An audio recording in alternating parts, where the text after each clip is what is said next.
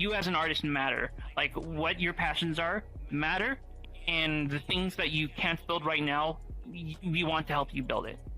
And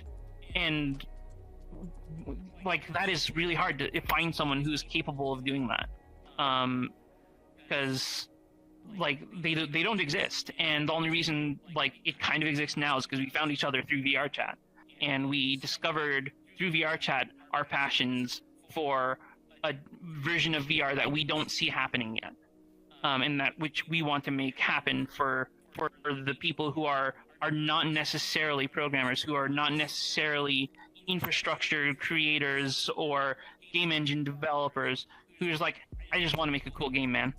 Hello, and welcome to another episode of the Sweet Talking Podcast with me, your host, Nepherti. This is episode 66 of the podcast.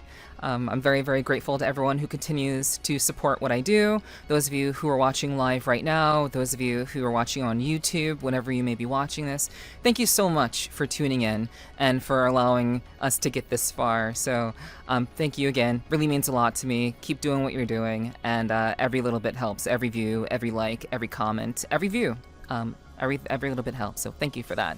Before we get started with talking to our guests this evening, I do also want to give a very quick thank you to those of you who have been supporting me over on Patreon. Patreon is a very, very easy, reliable way to support the content that I do. Most of the content I do gets demonetized by YouTube for music reasons, so Patreon is basically a really great way for you to support me, and just a great way to show support and also get some rewards in the process. So if that's something you're interested in, you can go ahead and check that out over at patreon.com/Nepherti.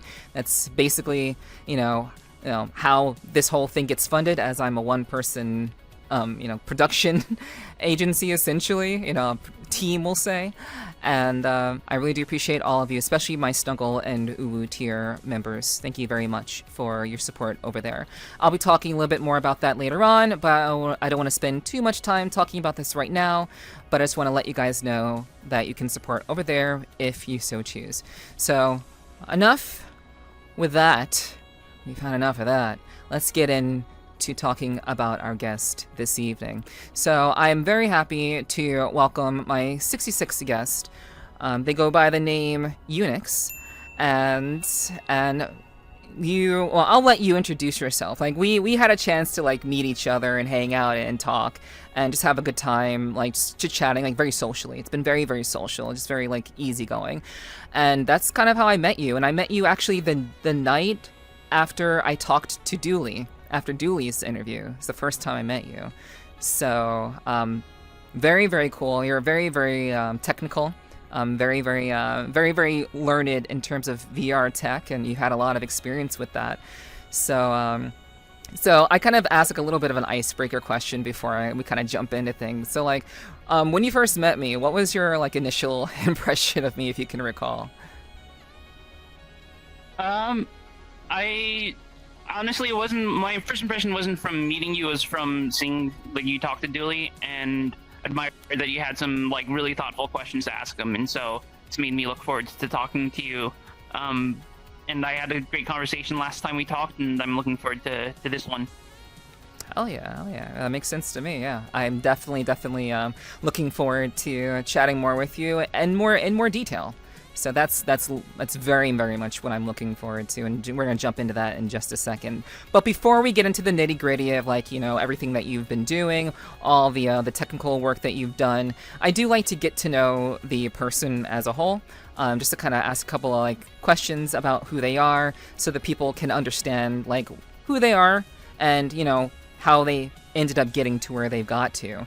So as a little bit of an introduction, if you could introduce yourself to someone in, I guess VR space, which I'm sure you've done multiple times, introducing yourself. How would you do that? How would you describe what you do to someone who doesn't have a clue of what you're up to on a daily basis? It really depends on the context. I've had a weird career, and I guess to me, like a lot of myself, I do define by like what I've done. I worked for an anime company. I worked for Facebook. I worked for a game company. I worked for like a VR company, or two, I guess. So like, one of those is likely to resonate with someone you talk to in VRChat, because what are we if not a bunch of people, playing anime characters in virtual reality, like in a game? Like it's like there's something relatable there for someone. Hmm. So there's, for you, it's not really about like the person that you've kind of grown up to be like over time. It's just like what you've accomplished in your, essentially your I guess mostly adult life, I would imagine. Maybe a little bit. I mean, it's I define myself a lot by my passions. A lot of my past, like, I guess, 15, 20 years, I've like really just spent like thinking, I really want to do this because it's really interesting, and then doing it. And like maybe I think for a long time I was a little bit too much of a workaholic, and so like sometimes I feel like I missed out a little bit. Socially, I was like a little bit boring because I was like so focused on learning and doing the nerdy tech stuff that I like wanted to, at the expense of independently defining myself from that. But at the same time, like that time and effort has really given me a point of view which I like really treasure. I see things in a certain way, and I like am able to, I think, communicate about it in a certain way that I feel is valuable to myself. So maybe that isn't the most interesting to some people, but it's interesting enough to me. And I mean, at the end of the day, like, you should be doing the things that are most interesting to you. Like, what is life then, like, if you're working for someone else or that you're doing someone else's work, Ideally, I think we should all be seeking after, trying to go after the things that we are passionate about, that we're interested in. And everyone should have something like that, like you do. So I think that makes a lot of sense. Very, very cool. So my next question for you is, how did you come up with the name Yewnyx? And I kind of have an idea of what it might be, but I'll let you kind of explain. My previous usernames were, in my opinion, a little bit cringe, and so I thought I would just come up with something that was a pun, because I love puns, and like still kind of tech, but a little bit ironic. And so, like, obviously, Yewnyx, for people who are like know tech, is kind of the name of one of the large operating systems that like predates Windows and stuff. That was what I was is, thinking. Like, super influential. With like Linux is like sort of an offshoot of that general like area of software development, and I thought it was funny to spell it in a way that was sort of more arcane than technical. So like U as in like wood, and like Nyx as in like night. And I thought it was like dumb, and I'm like, all right, I'm going with this. That's funny. And I don't know, I liked it and it stuck. Mm-hmm. Okay. So yeah, that was exactly what I was thinking of. Like it's like I was like, you say your name enough, and like if you are technical, you kind of think, well, it sounds like Unix, the name of the operating system. So yeah, cool. Very nice, very nice. That has caused a decent amount of people to misspell my name, because like they're not wrong to think you spell it like the NYX part, NIX. But it's like you choose either UNIX or YEWNYX, and I'm used to the misspelling at this point. It's fine. I don't know. For me, like I've it's not completely it's fine, fine. but I give it a pass. That's fair. Yeah, like for me, like I very much I'm very cautious about names, because I think people should take great care in the names that they create. And not a lot of people put a lot of effort into their names. They'll like have like they'll hold on to things maybe they held as a child, like like I don't know. I don't want to say like, whatever name, but you know what I mean. The kinds of names that has the numbers at the end, and or they're just like, oh, like super. Oh yeah. Like One of my usernames that I left in the past was like AZNBOI or something like that, like, and then year in the future, which was totally just 2 years in the future, but I thought was forever, and it was like hot meal or something, and I'm like, that is going to die, and it didn't because it's my Steam username. Oh, so I gosh. have to see that every time I log in. Yeah, honestly, I'm guilty of having made a separate Steam name because I can't see the thing from my past anymore. I can't do that. I mean, I still kind of do, I but got too many games to do that. That's fair. That's totally fair. Yeah. But yeah, I totally understand wanting to kind of leave the cringe stuff in the past and actually have a name that actually reflects who you are now. And I'm actually kind of curious, having a name Asian boy, in the past, what kind of person were you when you were younger? Were you still as technical as you are now, or was that something that came later on? I was very deeply technical, but I was even more deeply insecure and trying to find my place. And so all the people around me had these cringe ass names, and so I'm like, all right, I guess I have to have this cringe ass name too. And it was kind of funny because what do you do with I learned to program terribly, I guess, when I was 4 years old, which is unusually early. But it also meant that later on in middle school, when people used all this the lowercase, uppercase,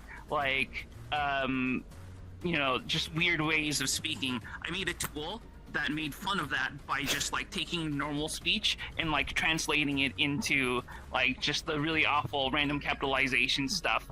And then I started using that on AOL Instant Messenger to my friends, and they told me to stop because they couldn't stand how cringe it was. Well, it's so funny when you put things in front of people's faces that they don't realize how cringe it is until you bring it up to them in a very exposing way, and then they're like, oh, well.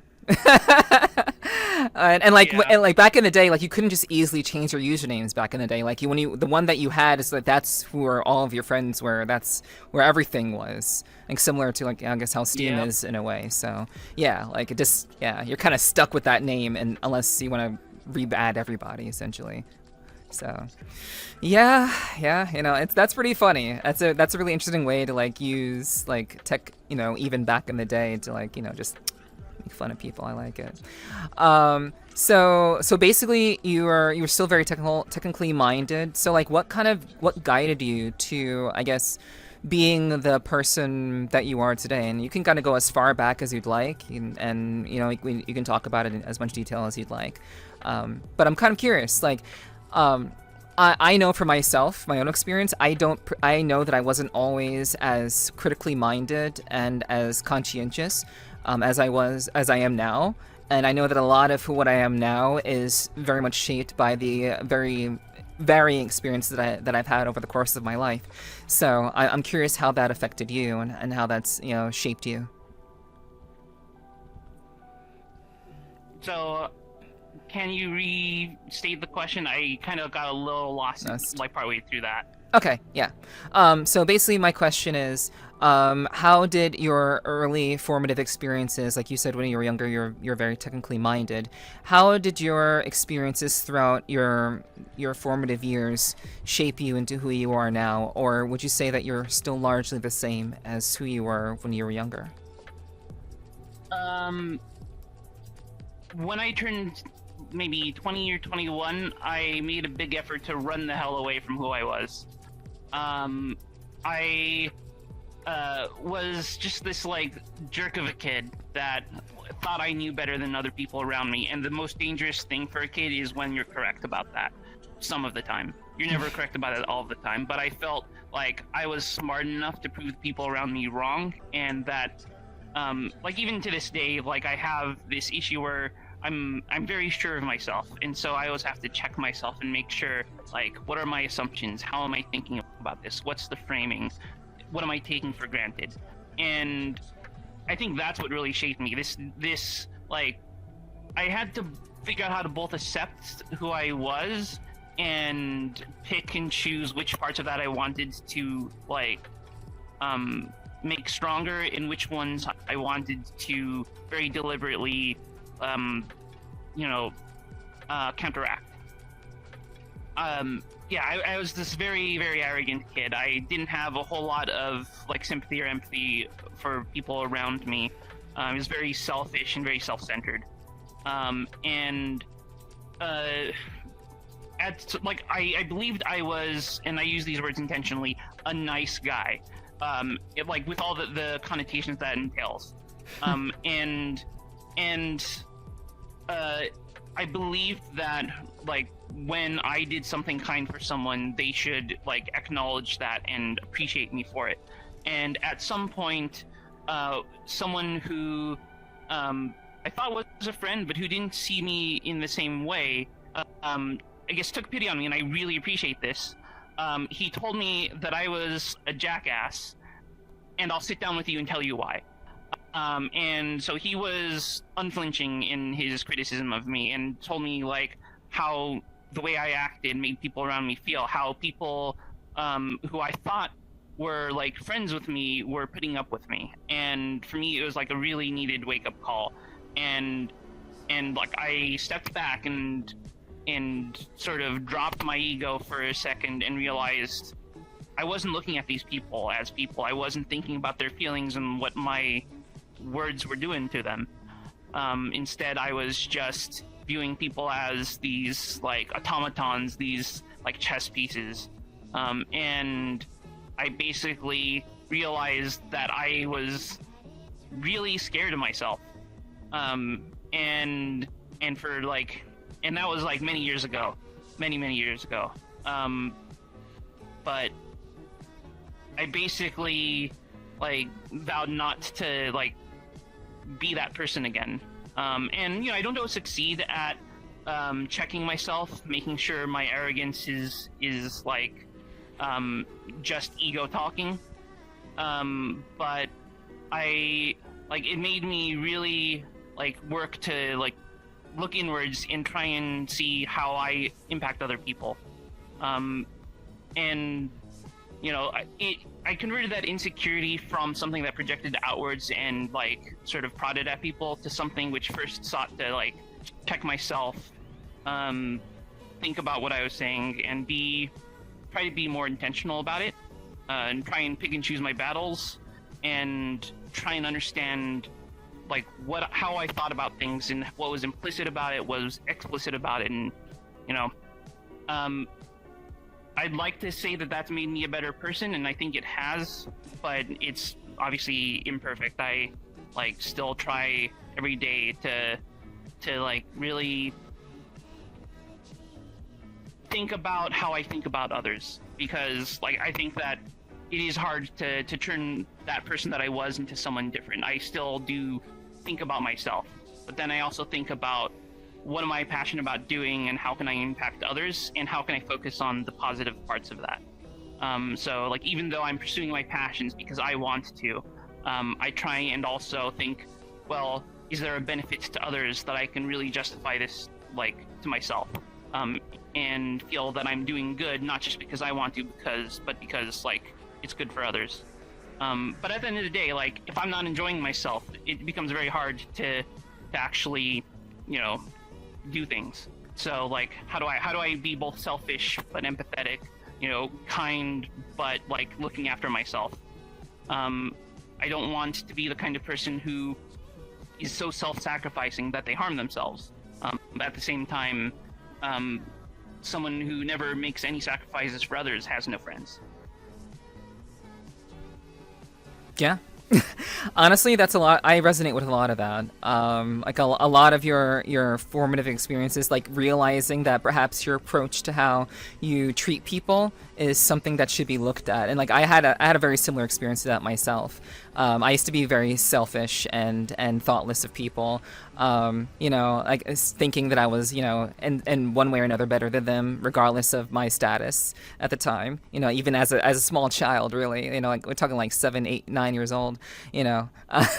So like I get that, and like realizing that and coming to terms with that is so important to essentially growing up and finding balance, and what I personally think of it as like a balance between the we'll say the shadow parts of oneself and the positive light,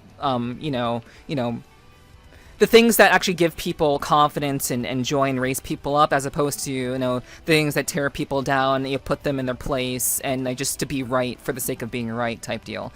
So like balancing that is something I've also had to learn how to do as well. And sometimes I get it. Sometimes, most of the time, I get it these days. I've really worked hard to get to that point too. So I love what you're saying. I definitely had very much similar experiences. Yeah. Oh, that does remind me that like one of the big mindset changes also was that like I often viewed like emotions as sort of a competition or a zero-sum game, and I also had this like huge negative reaction to like toxic positivity, where people said empty positive stuff, and so I was like, yeah, I'm going to be negative because people need to know the truth. That kind of person. Yeah, it's the truth. Yeah. And then the realization I made was like, you can be honest about good stuff and like make people feel better by saying the right words that you actually do mean. Mm-hmm. And like this reaction of having to be negative to counteract the positivity, like that only makes sense if you view like emotions and happiness as something to be like taken and stolen, as opposed to something to be created and given. So that change in mindset, I think, really changed me, because all of a sudden I didn't have to make people annoyed or sad or angry to be happy. Like we could be happy together.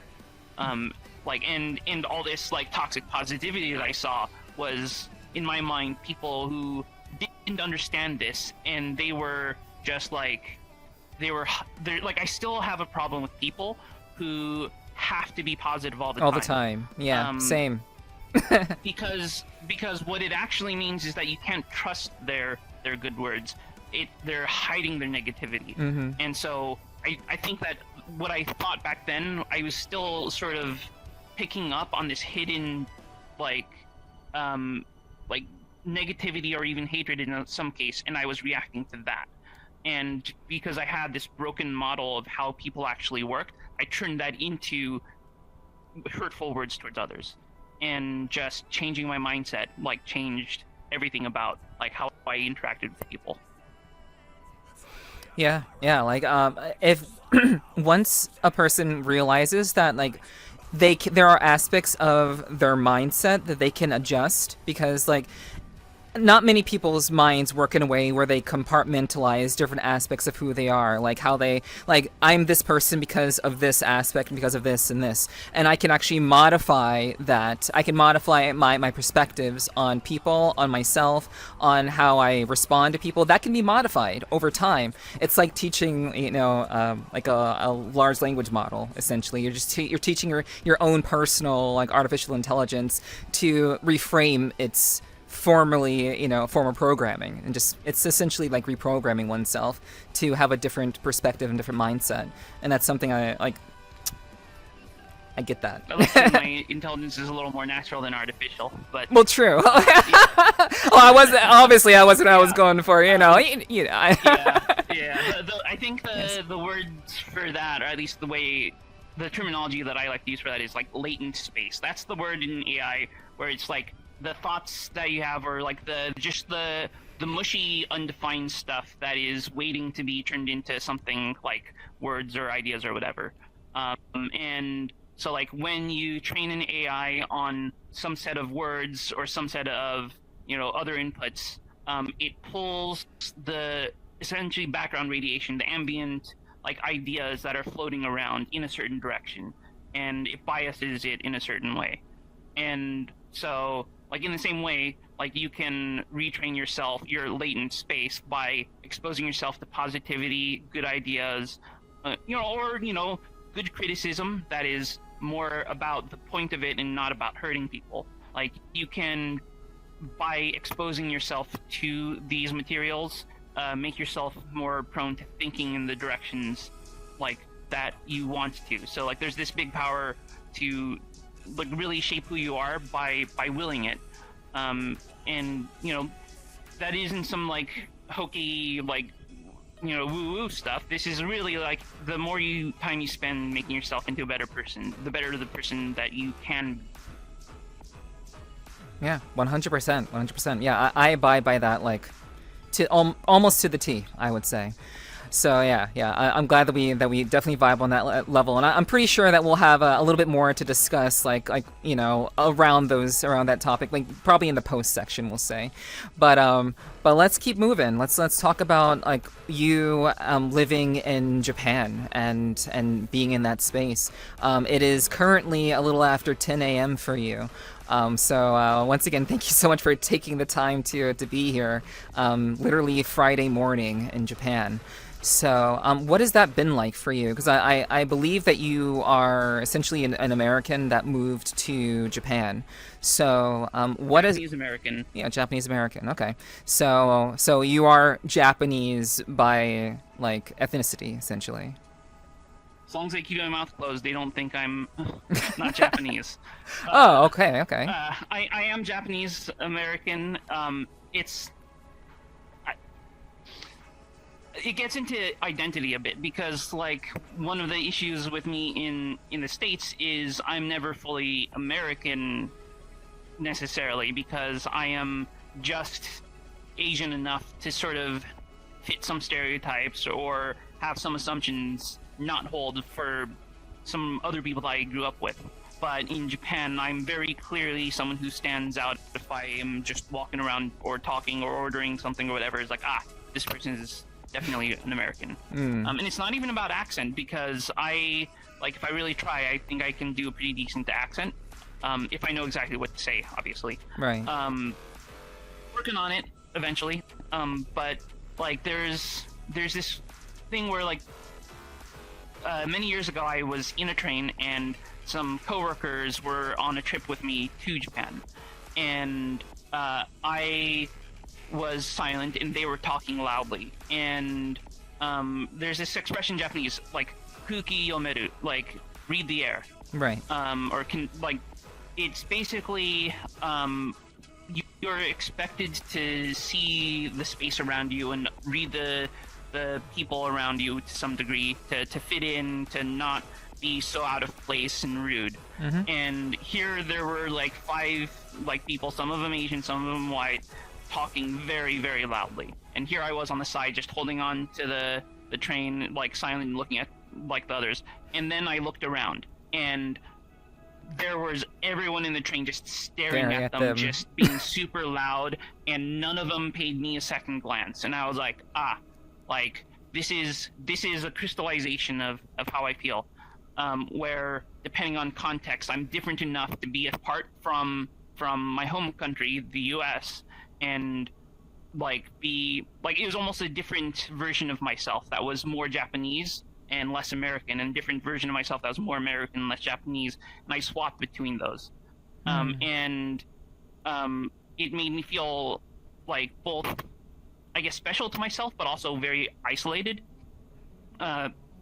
Because like I was also like, I'm gonna ramble a little bit here, but like when people said I was half Japanese, like I always kind of bristled at that, because what I always felt from that was that I didn't have full membership, and like half like, you know, other stuff, and like there's this like opposite terminology that like some people say, oh, they're double, they're both American and Japanese, or other nationality and Japanese, or ethnicity or in Japanese or others, and like it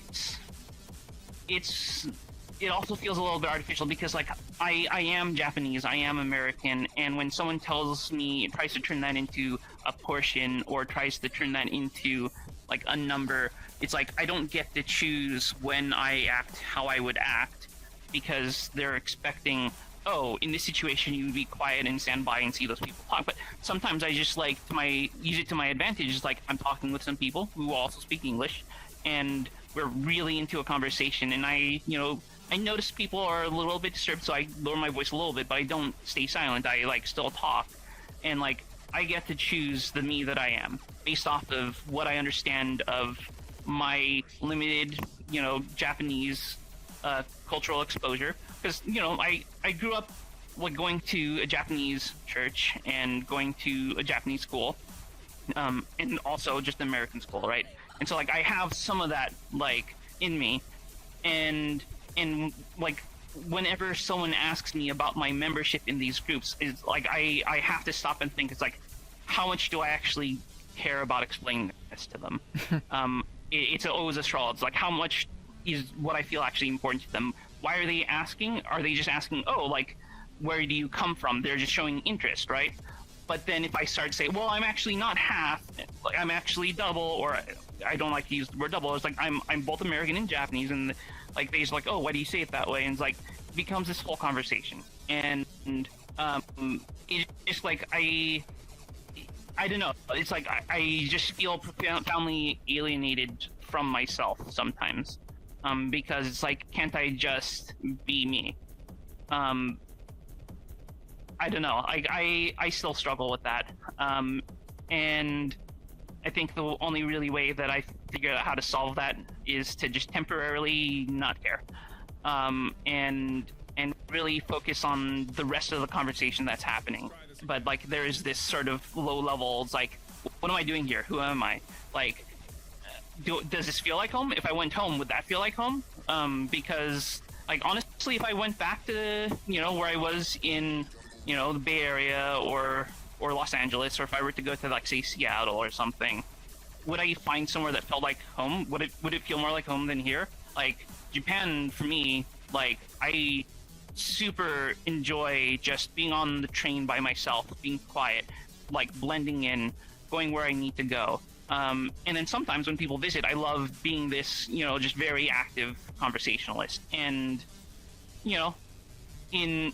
in LA and in Bay Area, I just never went anywhere. Like I was just inside all the time. I don't really, go out that much there. But where, like in Japan, I go out a little bit more. The trains are great. The food is great. There's reasons to go places. Maybe not so much during the summer because, boy, it's been hot. It's been melting. But yeah, man, that is. I'm done rambling, I think. I just want to answer the question that I've entirely forgotten that you asked. Well, yeah, it was basically like looking to see like how, what has it been like for you to be, to live in Japan, and what that experience has been like compared to living in the States. But you gave us a lot more than that, which I appreciate. Like I love the detail. Like I'm a person who appreciates the nuance. So like I'm very much like okay with that. So thank you for sharing. It's almost like the home that I had there and the home that I have here is the same. And that's meaning the people I know in Discord and in VR. I am the same person here that I am there. And for me, the cultural context that I actually feel super at home in is, developing games, developing apps, doing VR stuff. It's the stuff that I've been passionate about my whole life, that my career has been shaped around. Like, I love, like, anime and stuff. Like, the people that I find who I vibe with are here. And to some degree, like, the move to Japan wasn't a change. Like, the only thing that changed was the time zone. Everything else, like, I'm talking to the same people in the same way about the same things, doing the things I would have done anyways. So, like, did I actually, like, move? Like, in a way I didn't. I had an anchor that kept me in the same place despite being thousands and thousands of miles away. Mm-hmm. Yeah. I think that, like, I can't really I can't relate to your experiences because I'm not like mixed in that way, or like I don't kind of have a struggle with with both sides of that. So I really appreciate like hearing it from your perspective, especially as someone who's like been in and out of the Japanese culture, and as someone who's also been in Japanese culture quite a lot myself, I feel a lot of what you're talking about just from as someone who's interested in it. Like when I studied abroad, I went to a Japanese church. I was there for a semester. I studied the language all 4 years of college. I have a pretty strong like association with Japanese culture, to the point where people used to think that I was like secretly like part Japanese, in some shape or form. So I really appreciate like hearing your experiences as someone who's actually Japanese. So it's really, really cool to hear. I do want to ask about with regards to like knowing yourself and figuring like who, like just being you. You have pronouns that are like he, him, and they, them. I'm curious as to like what is the like what is there anything behind that? What kind of led you to those conclusions about yourself? Because I think that's also interesting too. If that's not too personal, you can totally say that's you don't want to talk about that, but you know. It's something I've thought about over the years, and I think that I grew up very closed-minded, and it like I didn't have the opportunity to really like understand any kind of open-minded like points of view until much later. Certainly, I could have had the opportunity had I asked the right questions, and I think that. Like it's not like people in my life were closed-minded. It's just like it wasn't a part of my, it wasn't the focus of anything in my upbringing, and it was really being exposed to a lot of different people, like in college, that taught me a lot about people. But I do sometimes wonder if I had grown up, like for example, in like the San Francisco Bay Area, if I would have made different decisions, but I'm happy with where I am now and my identity, and I decided at some point the answers to some questions was I don't need an answer, and I'm like male at birth, and I see no reason to really go against that. And there's also the thing that like the sad thing is that like in tech, there's a lot of just weirdos who will like treat you differently depending on how you express yourself. And when I realized this, I was like, I have a career that I want to build, and I don't want to be fighting these people, which is like in some ways a coward's way out. And in some ways, it's like picking your battles. I am like, hence like he, him, or they, them. Like I'm fine with anything. But I exist in some spaces where it's best to just like, read the room, and not say some things. Other times in other contexts, you yell at like the fuckers who are like being like total assholes. But sometimes you have to pick where to do that, which is like an annoying, very annoying like fact of existing in some professional areas. Like you get some shit people. Yeah, of course. Yeah, not everybody who is business oriented or even intellectually inclined are actually like good people. Some of them are quite Machiavellian. I try to put myself in places. Yeah. I try to put myself in places where people are like kind to each other and open-minded and stuff. The fact is, like, not everywhere is like that. You have to exist in some spaces where the people are just awful, and not say it. Yeah. And sometimes you have to just be in those spaces because you have an obligation for one reason or another. Yeah, totally get that. So I mean that's interesting. Like you've just decided that there's no need for an answer for that particular aspect of your life, and I think that's perfectly fine. So like, do you have like, if anything works for you, is like have you ever been like confused for the opposite gender at all? Has that been something that you've encountered, or has it just been like you've just been you and everything's just been chill?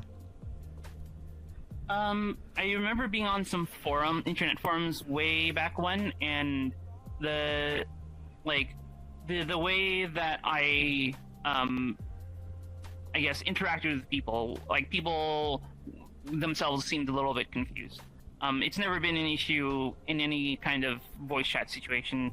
I'm not trying to present myself as anything but who I am. So it was just purely people reading into my tone like that. They were like, I don't know. Right. And I really didn't see a need to clarify that for them either. I don't know, it's just kind of a shrug, I guess. Okay, yeah. I mean, I think that makes perfect sense. Yeah. Like, just let people draw their own conclusions. Don't correct them. Just kind of let them think what they think, and it doesn't bother you at all. So, yeah, works. Yeah, I think that's a pretty decent way to live, I would say. So, I do have one more question about like you overall. What is like the history behind your avatar design? I know people in VR typically have a certain kind of look to them. Yours looks very, very customized and very like particular to you and your personality and what you wanted to show to people and express to people. So can you tell us a little bit about your design and like how did that come about? I view my avatar as more of an art project than a fundamental part of my identity. I identify a lot with it because I've used it, not because like there is something deep within me that is closely bound to it. I really enjoyed participating in the design and talking to artists. Like there've been many artists that I've like worked with in order to get here, and the two I think are that I love the most are Mari, who's well known for her 3D VTuber models, and Fuma, who did just an amazing job of creating the character sheet. But like the history is actually like goes back further than that, because initially I was just this random robot from like some extra content in Overwatch. And it was somewhat androgynous. For me, like some people didn't know what to make of it. I didn't really care. But what really got me like annoyed is that I noticed that there were people who would treat people in human avatars different from robot avatars. And for them, it was a lot more intuitive how their empathy towards people worked. Like if you didn't have a face and you were just this Roomba that went around, you were a thing to be treated as a thing. If you were a robot, they were allowed to be a little more insensitive because you didn't have emotions that manifested as strongly as someone with a face. So I switched to a character from, I think, Honkai Impact the Third. And it was a male character. And I liked that one. It didn't fit me completely, like, and largely that was because it was just some cloned avatar, and the proportions meant that like the arms bent weirdly and whatever. So I decided to commission a model from a South Korean video game artist who's done amazing work, and I decided to get both a male and female version of it because I thought that would be fun. And, you know, they did great work, but the thing is that they didn't rig the models. They only modeled it, but they had such an amazing painting style and modeling style that I was okay with this. The problem is that I couldn't find someone to rig the male model. Because in VRChat, the female model is a lot more popular, like, and a lot more artists are familiar with, you know, the right way to rig it. Like, you're not going to see like a male avatar with huge jiggly like muscle like bones, right? Right. Not that was what I was looking for, but it's just like there's a clear bias in the expertise and experience of the people that you can easily find and afford. So the female version got rigged first, and I wore it. And I'm like, hey, actually, I don't really care much. Like, this doesn't make me feel like wrong or anything. It's pretty. I like it. I guess I'll stick with this until it gets rigged. Took a year, like, and by that time I'm like, people kind of see this as me, and so like, fine, it's whatever. But the problem with that one was, even though it had a human face, it had a huge resting bitch face, and so like, people would ask like, "Are you mad?" I'm like, "What? No." And so this character came after that, and I pulled together several aspects of it. It's like same eye color, same hair, like sort of slight imbalance, but not super imbalanced, like short cut, and the like a similar jacket, not completely the same, but enough that it felt similar. And so when I wore it, like, I was worried that, oh, is this going to feel like something different than the thing I've been wearing for like a year? But like, it turns out that Mari does such amazing work that just from day one it felt like home. And I've evolved that design throughout time with a couple of different outfits. But one of the biggest changes actually from that like South Korean model to Mari's model is that I made sure it had a slight smile, and I noticed that didn't just make people react to me better, but it made me more like positive myself, because like, everyone has a mirror up at one point or another, or either constantly or some of the time, and like the way that the world is to you influences the way that you like interact with it. And so if I see myself as a little like more smiley, then I'm a little more inclined to act as if I were smiling, like more inclined to be a little bit more funny or a little more considerate. And that's something that I noticed in myself that changed with this model. Is I think Mari literally made me into a little bit better of a person, because I was more willing to say like and do like happier or slightly kinder things. So I mean, it's interesting that you say that you have more of a attachment to it due to its like how it's like how it looks. Actually, you said not how it looks. It wasn't connected to you like personally. It was like a personal connection. It was more of like a visual more of an art project. Art project. Yeah. I feel a deep connection to the ideas that produced this, because a lot of it was very deliberate and born out of conversations with artists about their input and my input. Like, it is sort of part of my soul is in it, not because of the physical attributes, but because of all the ideas and conversations and people that made it how it is. Like the hair being this way was something that was a conversation with an artist. Like I don't know if it's on this one, but there should be a scar on my eyebrow, I think. There is, yeah. And that is something that I carried forward from like the previous model intentionally. And like, there's this feeling of I have like membership, I guess, in this avatar, rather than physically identifying it. It's like, I own it. It's mine.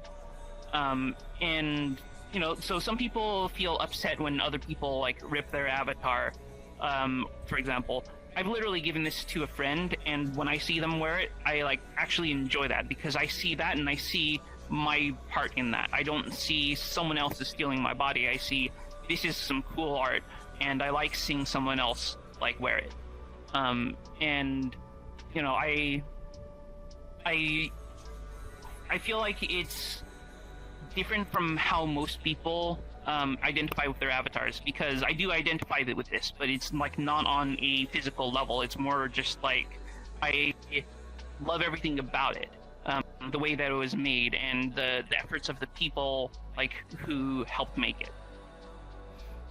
I totally see what you mean. Like, thank you for clarifying that, because I was about to say, like, you see, it seems very personal to you, but it's all the ideas that make it a personal thing to you, not just because of how it looks. Like you said, a lot of people in VRChat do tend to be like, oh wow, like they just want to look hot, or like people just kind of see the surface. It's not really about the person really behind it. It's like what people are simply seeing from afar, and they're just associating that person with whatever art is being presented, and that is them. And for a lot of people in VRChat, which is an interesting concept to think about because it's a very common thing, and I think we can talk a little bit about that with regards to, I guess, VRChat and your experiences with that, and coming onto the platform, discovering it, and so on and so forth. A lot of other stuff we can definitely talk about as well. So let's just start at the beginning. How did you discover VRChat? I discovered VRChat because I was on Reddit way too much. And I was on a terrible subreddit called Livestream Fails. I know about that.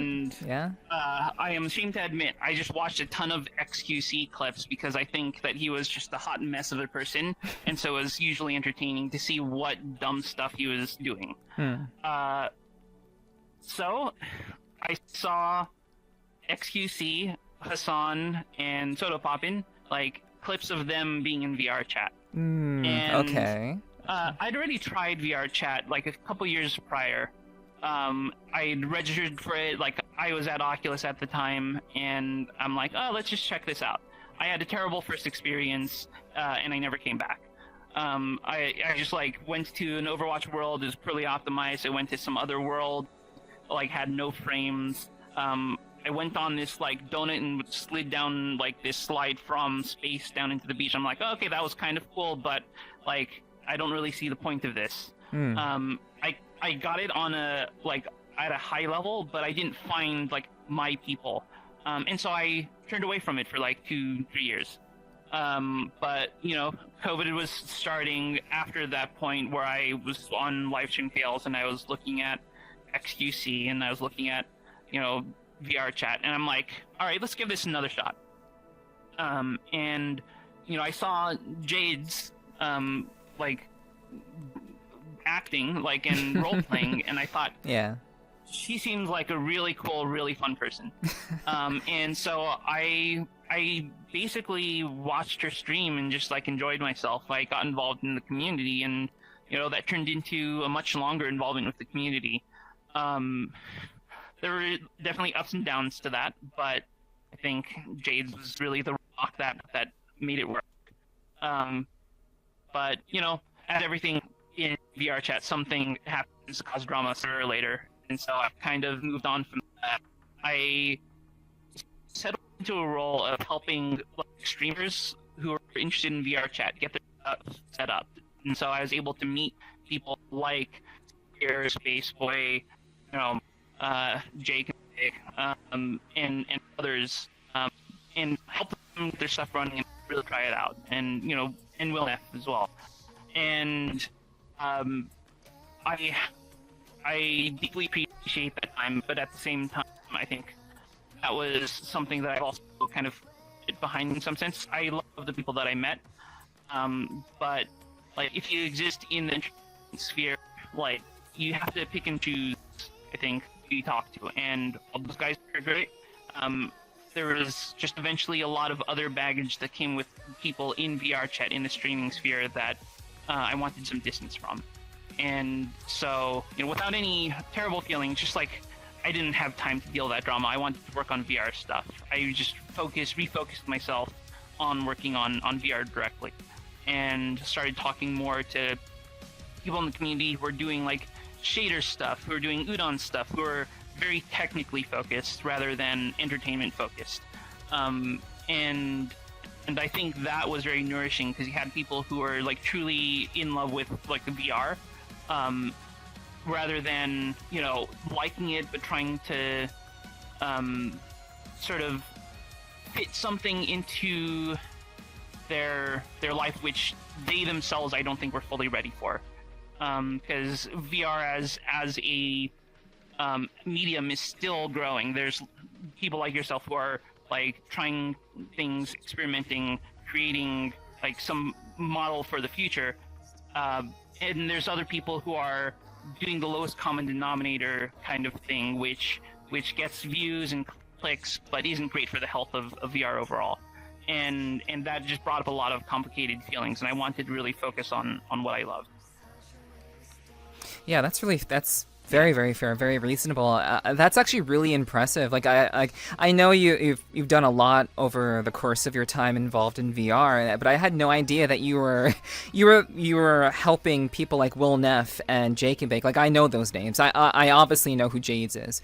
So like I'm. Yeah. It's very interesting that like a lot of your history with VRChat isn't quite so much your own like personal interactions with the platform, but helping others get set up with it, and then just kind of by proxy being involved with it, and then just being like, well, this is fun, but there's also like all this other stuff going on behind the scenes, because like once you get into VRChat and once you're in like especially the entertainment aspect of it, like where I'm at, you learn a lot about what goes on behind the scenes, and you start to understand, especially in the streaming sphere, that is very, very Hollywood out here.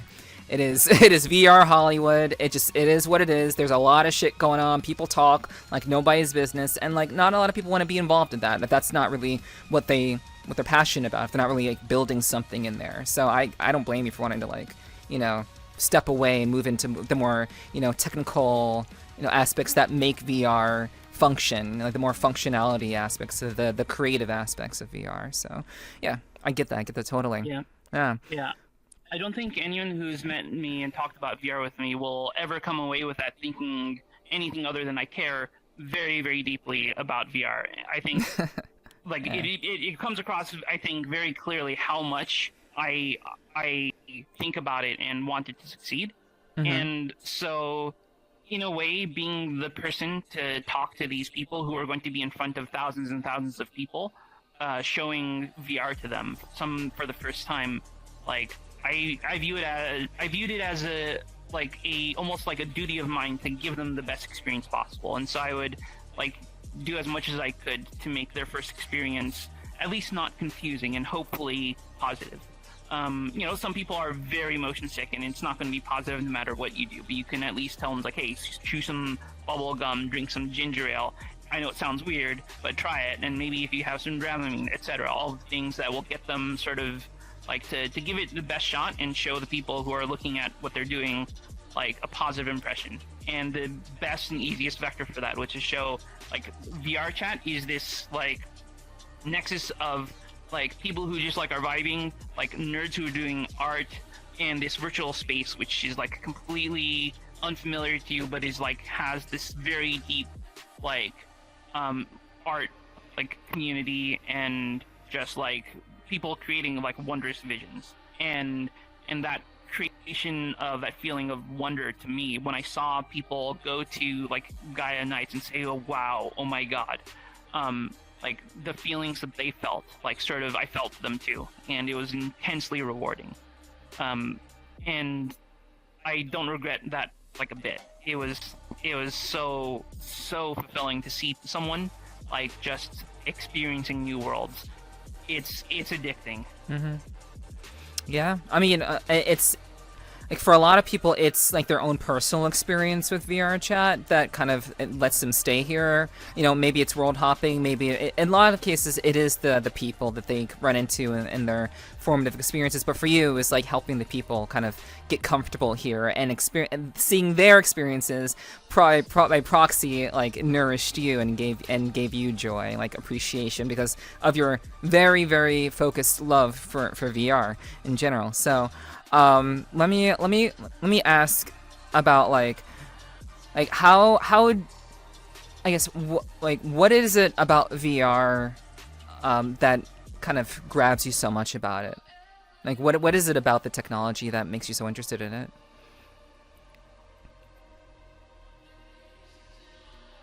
So I think that personally I feel like people understand me better when I talk to them than when I message them. Or even in a voice chat. It is a lot harder to read like my body language, obviously. And like a lot of I like dry humor and I like puns. And that has gotten me in trouble sometimes because sometimes I am so dry that like someone will like say, what the fuck is wrong with that like asshole? And I'm like, shit.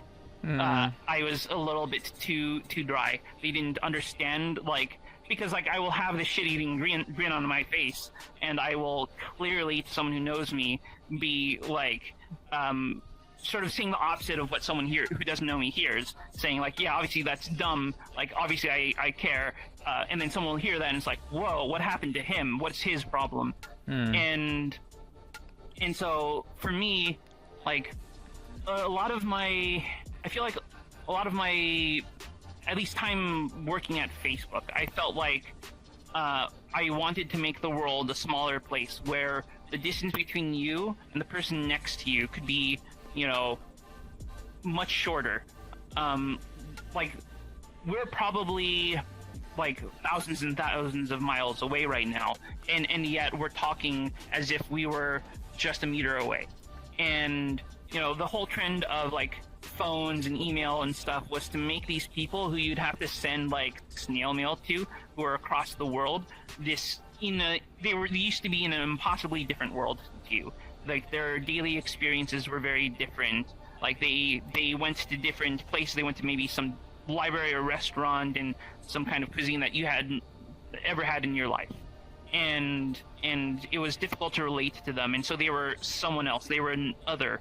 And I think that the trend of the world is to become smaller and closer and more like each other, and to have more empathy for each other. And, you know, this is all going on in the background, is this whole journey that I mentioned earlier of like becoming less of a shithead. And so for me, I really related to the mission of like, hey, like, it should be easier to make friends and to talk to them, and like the people you vibe with, like, to be next to them. And so for me, like, when I saw VR, I got it. I'm like, oh, like, this is it. Like, I understand. And like,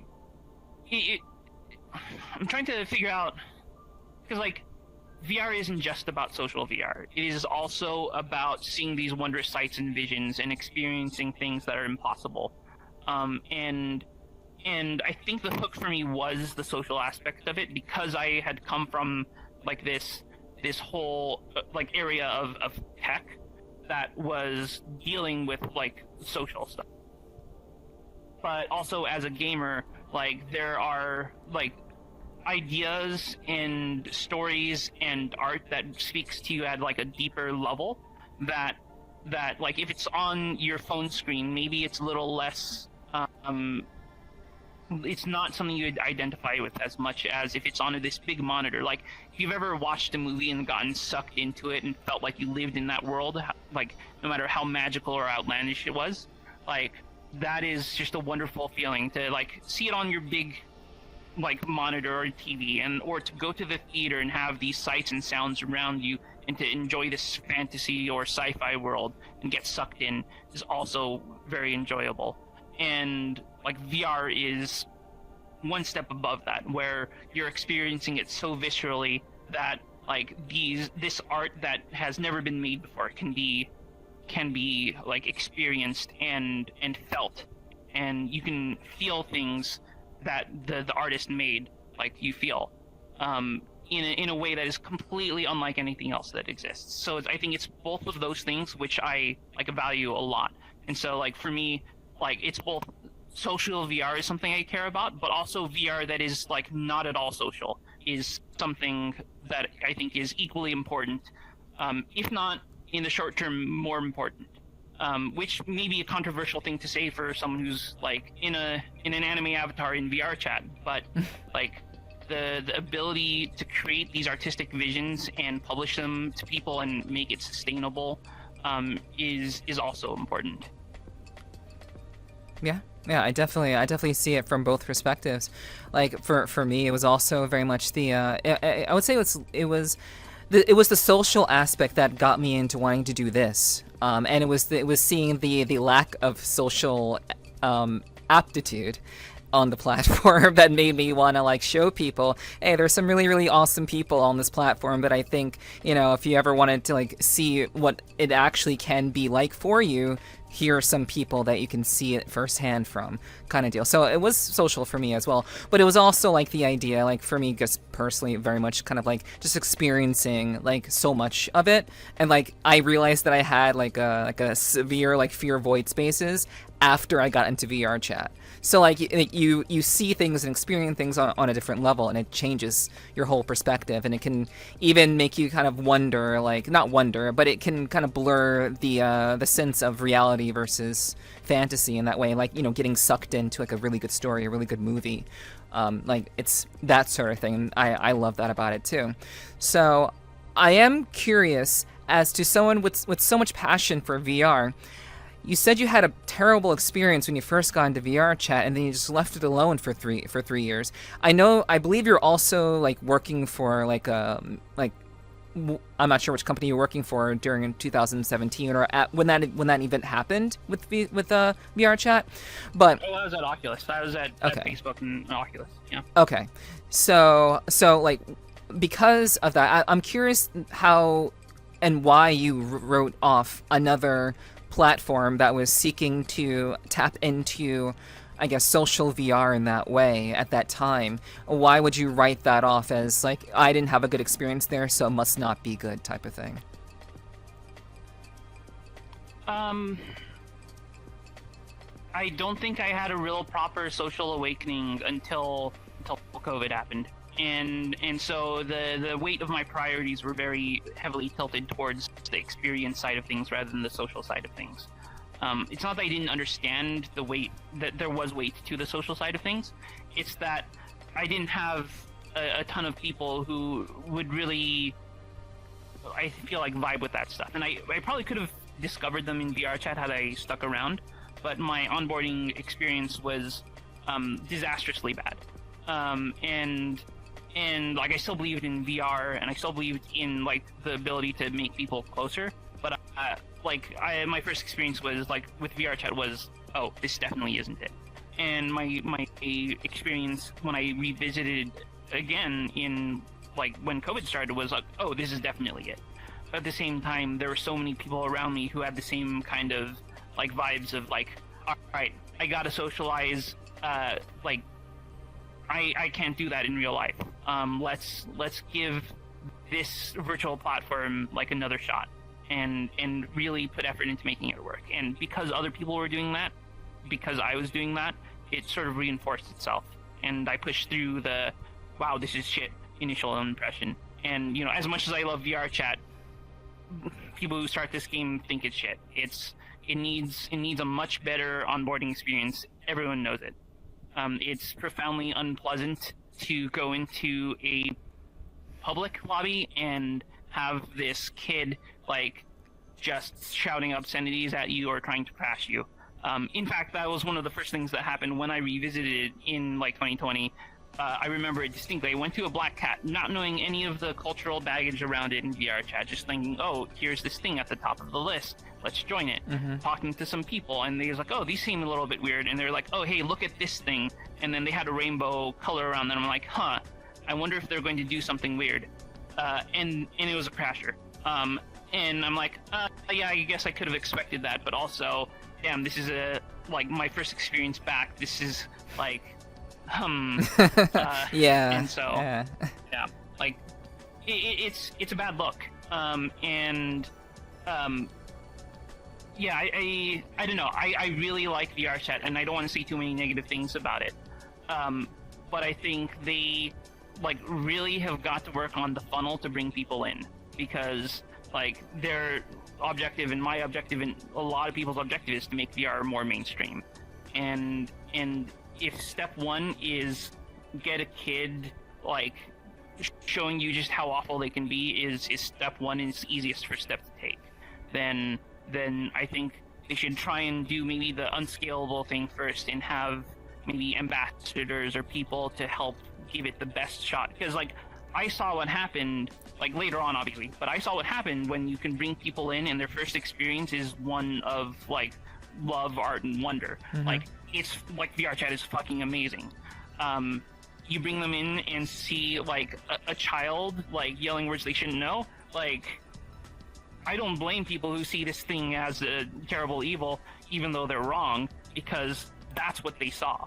And it's an actual problem, because when I worked at Oculus, a lot of employees who would launch it and check it out, like this was a problem on the internal message boards at Oculus and Facebook, where people would immediately tell each other how awful it was.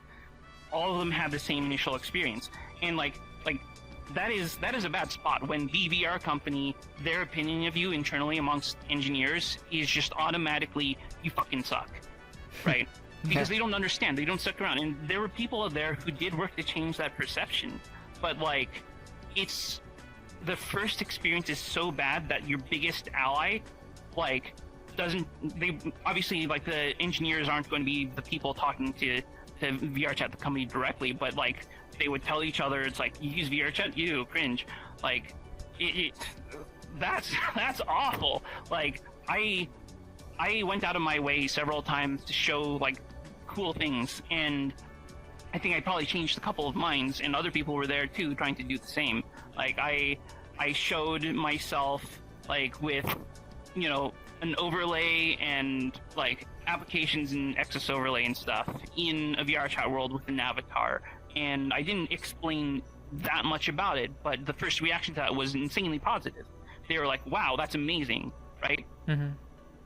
Like the thing that VRChat really, like, I think they know they need to do this. They need to, their first like reaction from people to be one of like, wow, this is amazing, this is wonderful, this is like art. And you know, I think that their biggest challenge is not knowing what to do, but executing on it properly. And I really hope they can improve the first user experience, because like they need more allies. They need more people to believe that VR can be this amazing canvas for art and a way to relate to people. Yeah, I completely agree with you. Like, I love VRChat too. Like, VRChat has literally changed my life. So like, I have a lot of love for the platform, and I want people to appreciate what this all can be. That's why I'm doing this, talking to people like in this way, so people can see that there's more to VRChat than just the slop that generally gets the clicks and the views on YouTube. So like, I'm trying to do my part. I know it's going to be hard to do. Not many people are going to be interested in a long form conversation, but hey, I think there will be some that will give it a try, and hopefully we'll get there. But in terms of like VRChat and like the onboarding experience, I feel like VRChat has had the best interest of I think they have tried over the course of their 10, 11 years in existence to have a good experience onboarding, and I think they've refined that over time. And I think people may disagree with me on that, but let me say more. My thinking is that I think VRChat as a platform has improved on the onboarding experience, but I think the aspect of being able to literally do and go wherever you please at that point, which oftentimes ends up being a public, essentially is like walking into a chat room in 2006 or 2004, whenever, like even as far back as like early internet, and just walking into a chat room and there's whomever is there talking about whatever. It has that kind of feel to it, and that's what VRChat, that's what every social experience has been similarly to. So I don't think it's hard from a technical perspective as a company to do that, because I think that would involve them having to be more heavy-handed with just like, being like present, like moderators there all the time, scrubbing every public, which is impossible. But like, I think the overall experience is hindered by who they allow on the platform as a whole, not so much the onboarding experience, but it's what happens once you're in VRChat. Because what do I do when I'm here? Where do I go when I'm here? You just kind of pop into a random world, and you don't know the differences of public, group, friends. You don't know that when you're first starting. So like, it can be very confusing and very disorienting. So what are your thoughts about like, and with regards to considering the onboarding process, which I do think has improved since like 2020, compared to how it is now? With still, people. I think we're talking about the same thing in different words. We are. Because we are. The way that someone gets into VRChat at a technical level, in terms of UI and like a lot of the process of just experiencing it after you launch the app, has definitely improved. Like, the UI has changed, and maybe it's not changed in the ways we would all like, but like it is a little less clunky to get into. But what I view as the onboarding experience is not just the engineering and the UI, like in UX design, to make it less of a pain in the butt, but also how do you welcome people into this community? And that is also fundamentally a part of the onboarding process. And I think that one of the things that people bring up as a problem with VRChat is like, oh, you guys removed the like call a moderator button. And there were good reasons to remove it, because it didn't work after you hit 20,000 people, and they've said as much. But I think they may have learned either the wrong lesson or incompletely from that, because they are engineering systems that handle increased number of people better. But I don't think they are really fully doing, like, with, you know, full consideration of the consequences, is the social bootstrapping. And there are systems that you can make and engineer to improve that. Like, obviously, it comes down to people in the end. But, like, if you can, like, I think groups was a huge positive step towards making this more possible, where you can sort of have these ambassadors and people to welcome them into VRChat. If you can find a way to help people discover people who are interested in similar things. And, you know, they've probably thought of this before. They probably want to do something like this, but I personally would put a higher priority on it than I feel that they are really able to expend the time and money and engineering effort on, because I think that the time has come for them to really focus on becoming cash flow positive. And so I mourn a little bit, because I feel like a little bit of focus earlier on getting people who want to talk to people who are like them about topics they're interested in, doing that a little bit better, a little bit earlier, would have paid off hugely, like by this point. And, you know, this is, there are a lot of people who are deeply into VRChat and yet deeply dissatisfied or frustrated with it, and that boiling point has been reached over the past like year or two. Mm-hmm. And these are people who I think were full of love of VRChat for a very long time and willing to give a lot to it, and now they're at this sort of like point where they're not sure how they feel, and I worry a bit, because I still love VRChat, but I also want like all of the people who love like VR to carry forward that love into tomorrow. And the more people get frustrated and annoyed at their helplessness to push VR forward, the more those people will become like antis, like against stuff that they love. And that gives me a lot of pause, because I think that when you have someone who's so passionate, they can go two very different ways. They can be amazing contributors, or they can be just horrifically toxic. And so there needs to be, in my mind, a place where they can stand from a point of like knowledge and criticize something, but also have the agency to go and do something about it, to show, hey, actually I have this idea, let me prove it to you. And there's nothing more frustrating than seeing the best and biggest VR like social platform do things. I'm like, no, I wouldn't do it that way, but I know they'll never listen. And then they talk with their friends and they say things like that for years and years, until it just gets really old. Everyone knows they feel frustrated and they stop listening. And then the people who maybe work on that stuff stop listening. And you have these people who all deeply love VR. They stop talking, or they start shit talking, or they start just feeling angry and frustrated and negative. And I view that as profoundly unhealthy. Yeah, which honestly leads me into like my next question, my next line of questioning. Basically, like you are mentioning a lot of people who are dissatisfied with the direction that VRChat is taking, and I know that they're definitely more so on the technical side, like on the developer side of things.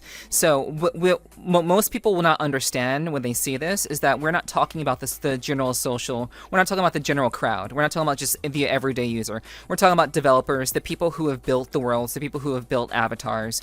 We're talking about the people who are very intimately like acquainted with like the SDK of VRChat and all the other like aspects of it. Like they go to VRChat's canny and they give feedback and stuff. Like those kinds of people we're talking about. Which is comparatively speaking, it's small compared to the overall, crowd of VRChat, but small. It's small, but it's integral to VRChat actually functioning and having longevity as a platform. And when you frustrate those people, it leads to a deterioration of what made the platform so great in the first place. So can you explain to people like what that is and why people on the developer side of things are very frustrated about it? About VRChat? So, it's so loaded because there's so many different people with so many different opinions. Yeah, for sure. And like, there's many different inputs. Some people will cite EAC as a trigger point that caused them to be frustrated. Personally, I love EAC. I think it's been the best thing that has happened to VRChat, like, in many years, and that is a controversial opinion that people will flame me for. But I can back it up. But I'm not really focused on that. There's a lot of different like off-ramps for people who are frustrated. There are people who contribute an intense amount to the ecosystem. Like Hi is someone that is very obviously and visibly like all about very rich, deep, like detailed interactions in VR, and they contributed an insane amount to the advancement of VRChat's tools. There's Cyan Laser, who made some of the best tools for making cool game worlds to fill a hole that VRChat left in its SDK.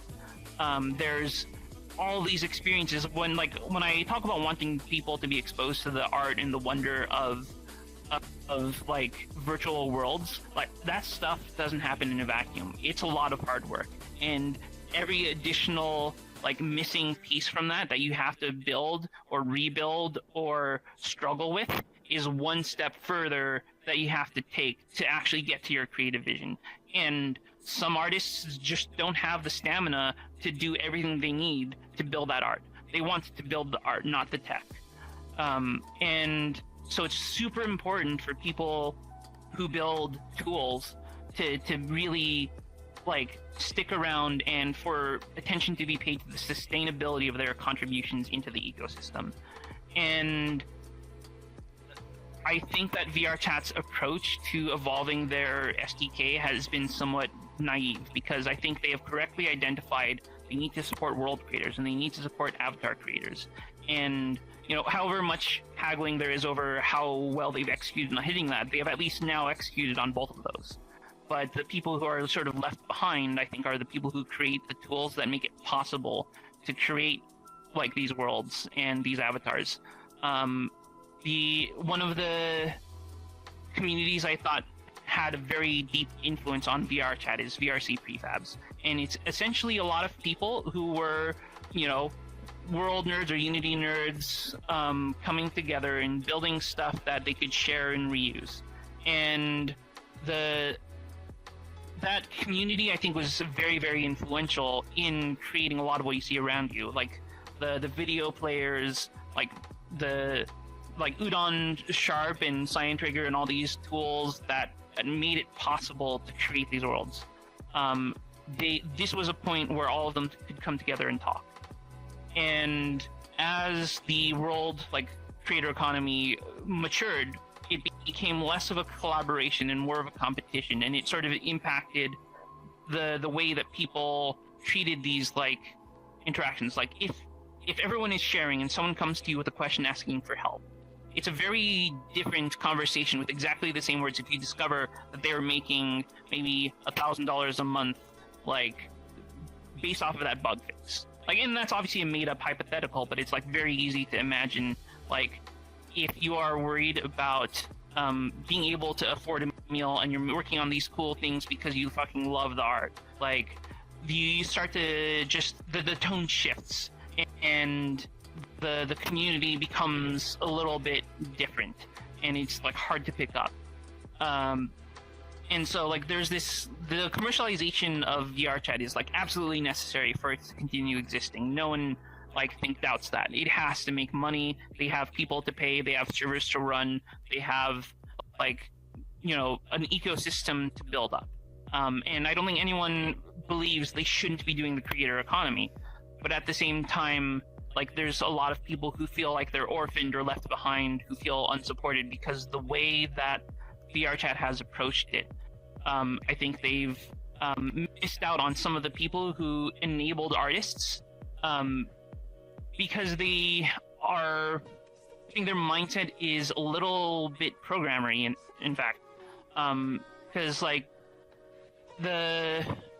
have had a couple of friends tell me they could make a door open in a couple of minutes with SDK2 or with Cyan Trigger. It's not hard for them to imagine. You click this thing, the door opens. And they tell me also, I've tried for weeks to make one in Nudon and I don't know how.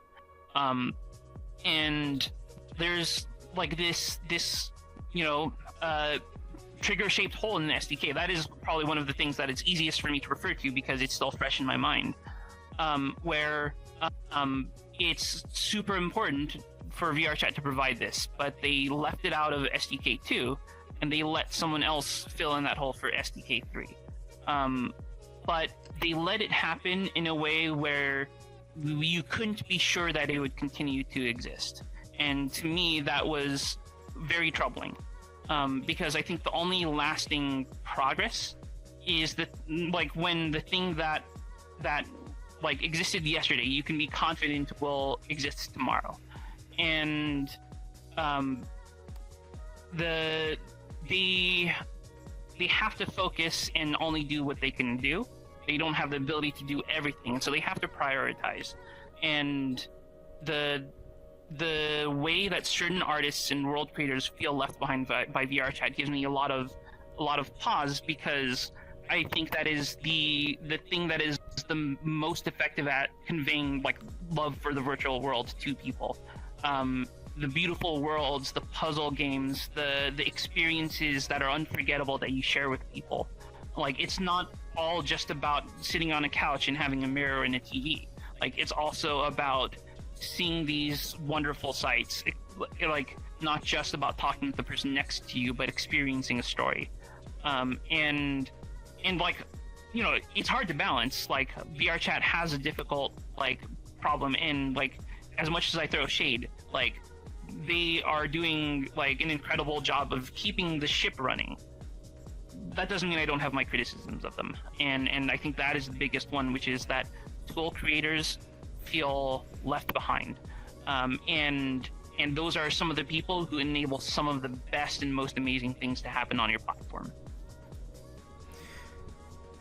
Do you think that there is a way to, to give attention to developers who have made many useful tools for VRChat, and to integrate them so that VRChat can essentially, benefit from the developers rather than shunning them, as it would seem? It seems really deliberate. Okay, you don't think this isn't a conflict. This is a misunderstanding, and I think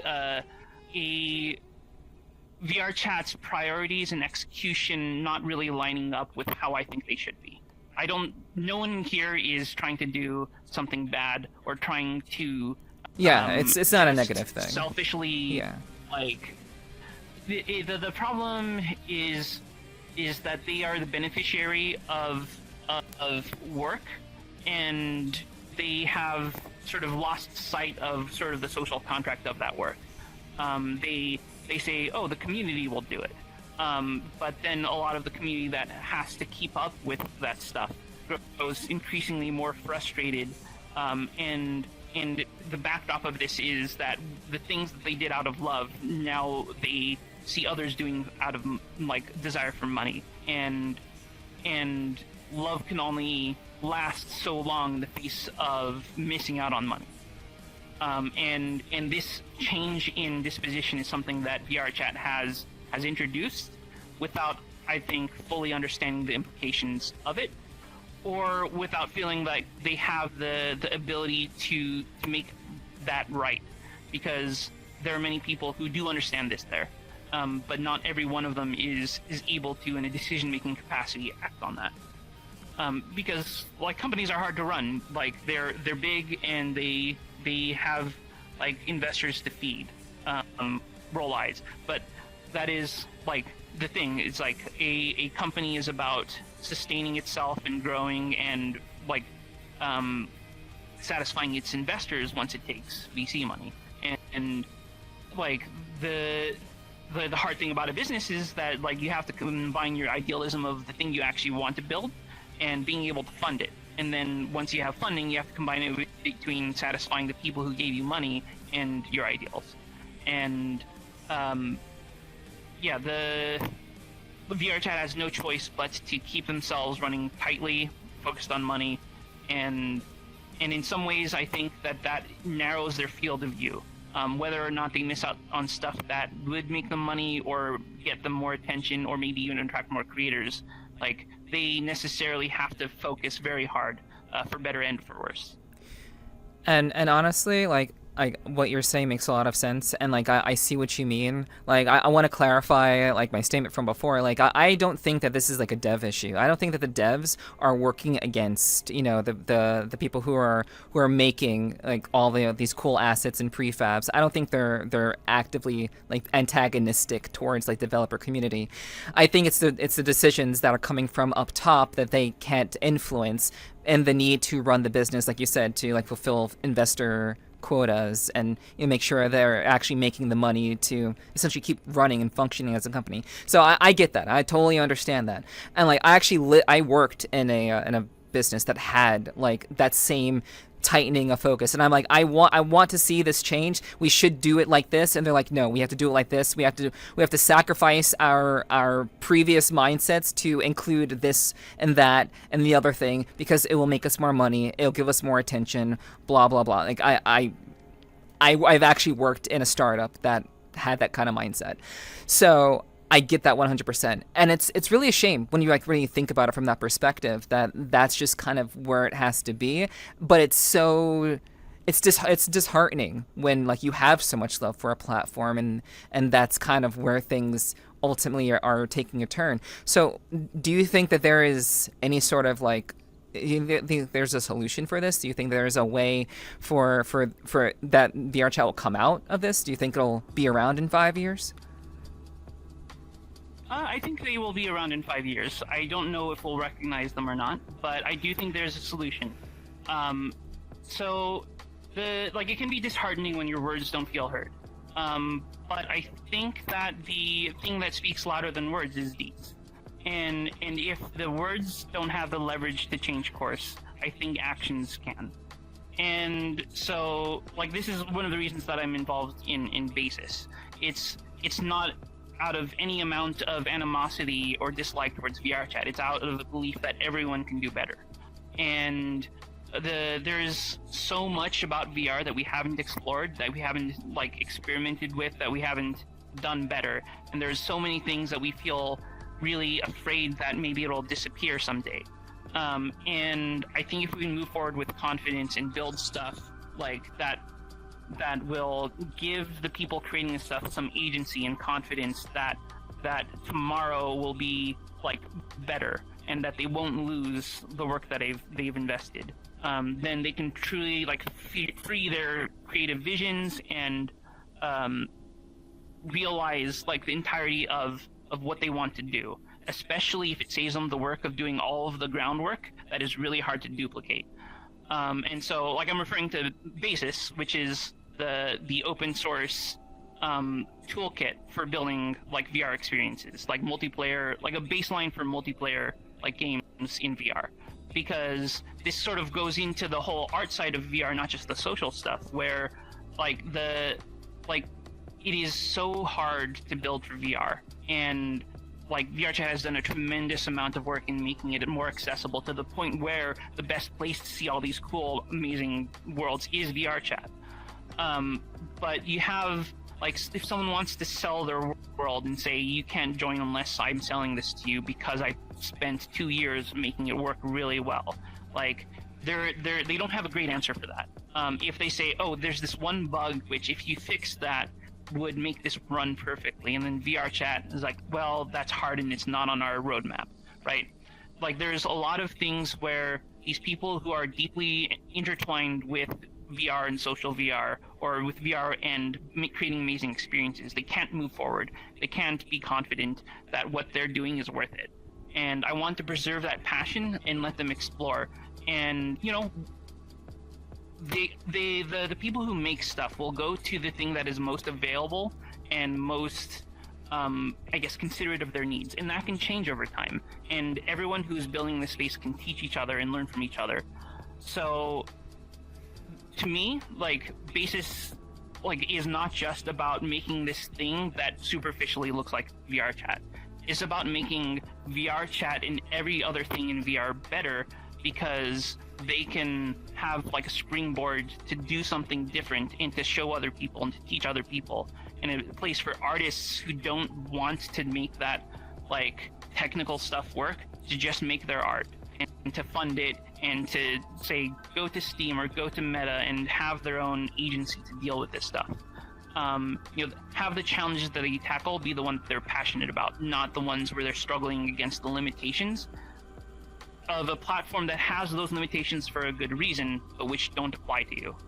And so I think that convincing, like, the way to prove to the people who would use VRChat and VRChat itself and other social platforms, and people who want to use a like VR toolkit to make a multiplayer games and game devs, is to just do the work, make it work, and share it.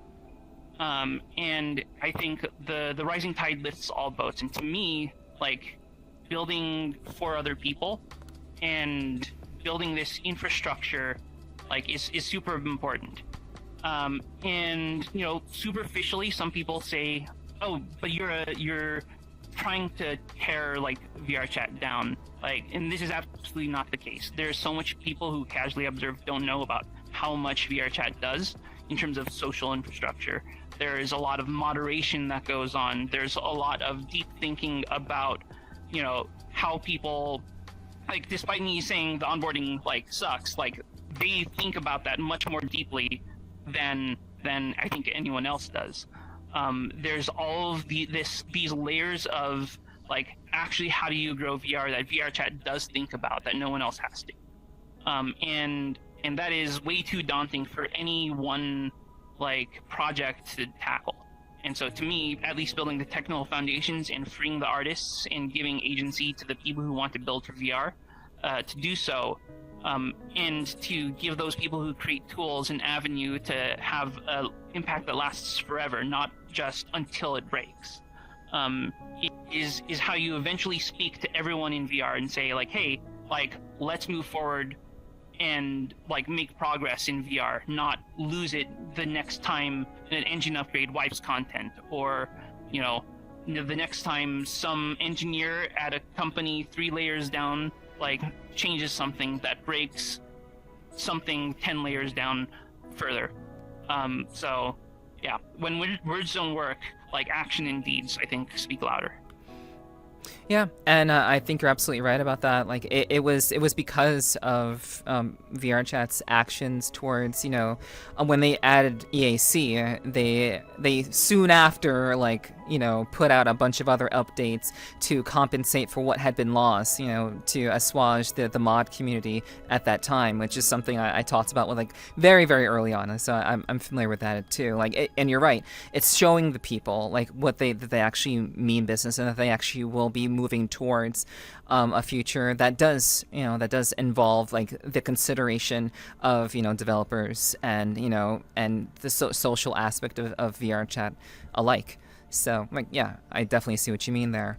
So, honestly, I usually have a lot more questions of my guests about VR, but I feel like sticking to the technical aspects of VRChat, I think, has more value in this conversation than like the minutia of like what I would normally ask my guests. So I will ask you one more quick question before we move on to your past work in VR and talking about that in more detail. What do you think is one thing that VRChat does well, and what is one thing that VRChat doesn't do well? or could be improved. And then some. Okay, yeah, you did, and you're right about that. But if there's something like specific in regards to that, like what's one thing? Well, you know what, you're right. We did cover that pretty well. So yeah, I mean, I can just sum it up again. Is like the most wonderful thing about VRChat is like the feeling of wonder and the love that you can feel in this place, and the amount of just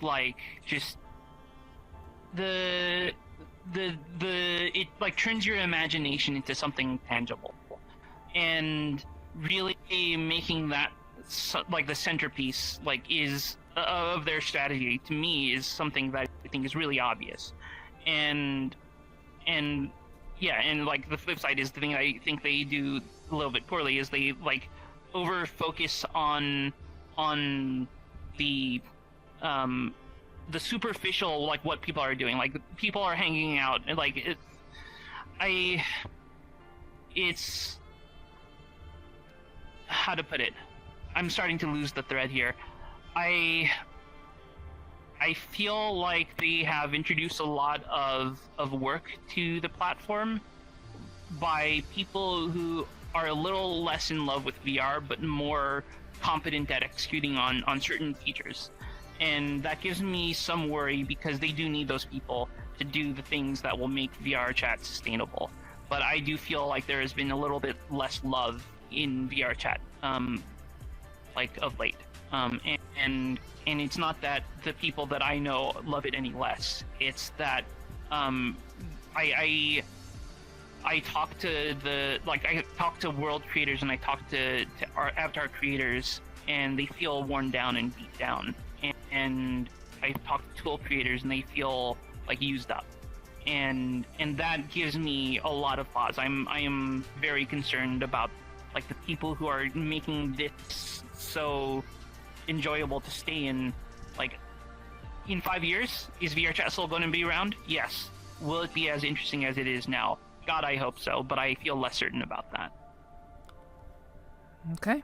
Yeah, thank you for just kind of summing that up for me and for everyone else.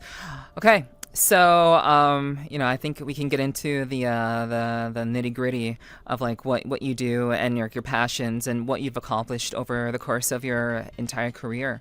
So I think a lot of people will recognize the name Facebook, and they'll recognize Oculus as very they're recognizable names that people recognize. Yeah. So what exactly can you talk about, like what you've done at these the projects project maybe you worked on it at these companies, and can you talk a little bit about like what you contributed there, if that's possible at all? No. Oh, okay. No. That's not possible. Okay, that's fine. A lot of that was like NDA. Yeah, not yeah, kind of. Okay. I can say they worked on the Quest OS, and a lot of like lower level stuff that I think is it's boring to talk about and it's hard to explain, but it's like the nuts and bolts that makes VRChat stronger, and so like. I mean, it kind of makes sense because I'm laser focused on the tools and the like building the thing that builds the thing, or building the thing that the people building the thing use. Right. And so like that is something that like I've carried forward from that work. It's kind of funny because I remember when I was there, I would sometimes like just in the middle of this like cubicle like ocean. Like, I would put on the headset and start playing Beat Saber in front of a bunch of coworkers who are just at their desks, like, doing stuff. And I think I got a couple of people to do that with me, too. But I was just, like, sort of, like, I know I was cringing some people out, but honestly, like, fuck, I got to play Beat Saber at work. And, I wrote some interesting, like, I guess I would call them memos. They were like just internal posts because they had like an internal forum that they called Workplace. And I would basically talk about like VR and what's important and sort of frame the work that they were doing as important, but also contextualizing it of what needed to be done and what was strategically relevant. And I was just an engineer, but it was really super nice that like people around me took me seriously on that team. And it was a really fulfilling experience to be around a bunch of engineers who saw their work as not just building the engineering, but like building the ability for people to create things. And I wish I could go into more about exactly what that was, but I think that was a super formative experience because I saw these things. Some people didn't care about VR, some people did, but all of them understood the needs to build tools and like understood that the people who were using the stuff that they made like cared about the thing that they were supporting. Sadly, I can't talk much about that, but it was some cool technology. Some stuff that still hasn't been shown. The amount of cool tech stuff that they don't show off, like I saw some things there like 5 years ago that you wouldn't be surprised to hear about 10 years from now. Which kind of reminds me of another thing, which is that some people are saying, oh, like Meta is canceling headsets. Are they reducing their investment in VR? The amount of canceled headsets that I saw while I was there was not small. Like they are always trying new things and new ways of building things and trying to fit their like who they have and with what expertise to build stuff within the context of the broader like industry. And so like to me it's not surprising that they try something and they pull back and they try something else. That is something that kept on happening when I was there, and it's something that's definitely happened ever since. Okay, so always trying new things, always experimenting, always iterating, trying to move fast, build things, see how it works. I have my problem with some of the things that they decided to cancel. Okay. But I definitely am behind the fact that they tried many things, and they have a lot of stuff in their back pocket that, like, I think that one of the reasons that they welcomed the Apple Vision Pro into the fray is because they finally had like sort of another party that was thinking about things in a different way and coming to either similar or different conclusions to validate or challenge their assumptions. And like that is one of the things that I encountered when I was there, which is that there were a lot of great ideas, but there was a lot of trouble in understanding how to value them correctly. People didn't really have the full context of what their work meant because they had no anchors. They had to create the ideas behind the value like of their work. And because like a lot of the people in higher like decision making like roles were not necessarily people who grew up in a like environment that made them deeply passionate about VR. And it's also like by the time some of them who maybe would have gotten on board, like this isn't ageist, but like they would have families and kids and real life commitments, and the amount of time they would spend in VR would be like 30 minutes for work, and then they would shut it off and spend time with their family as they should, right? Mm-hmm. Meanwhile, you have like people like me who are just like hopeless nerds who live online, like just in VR all the time, like, and like the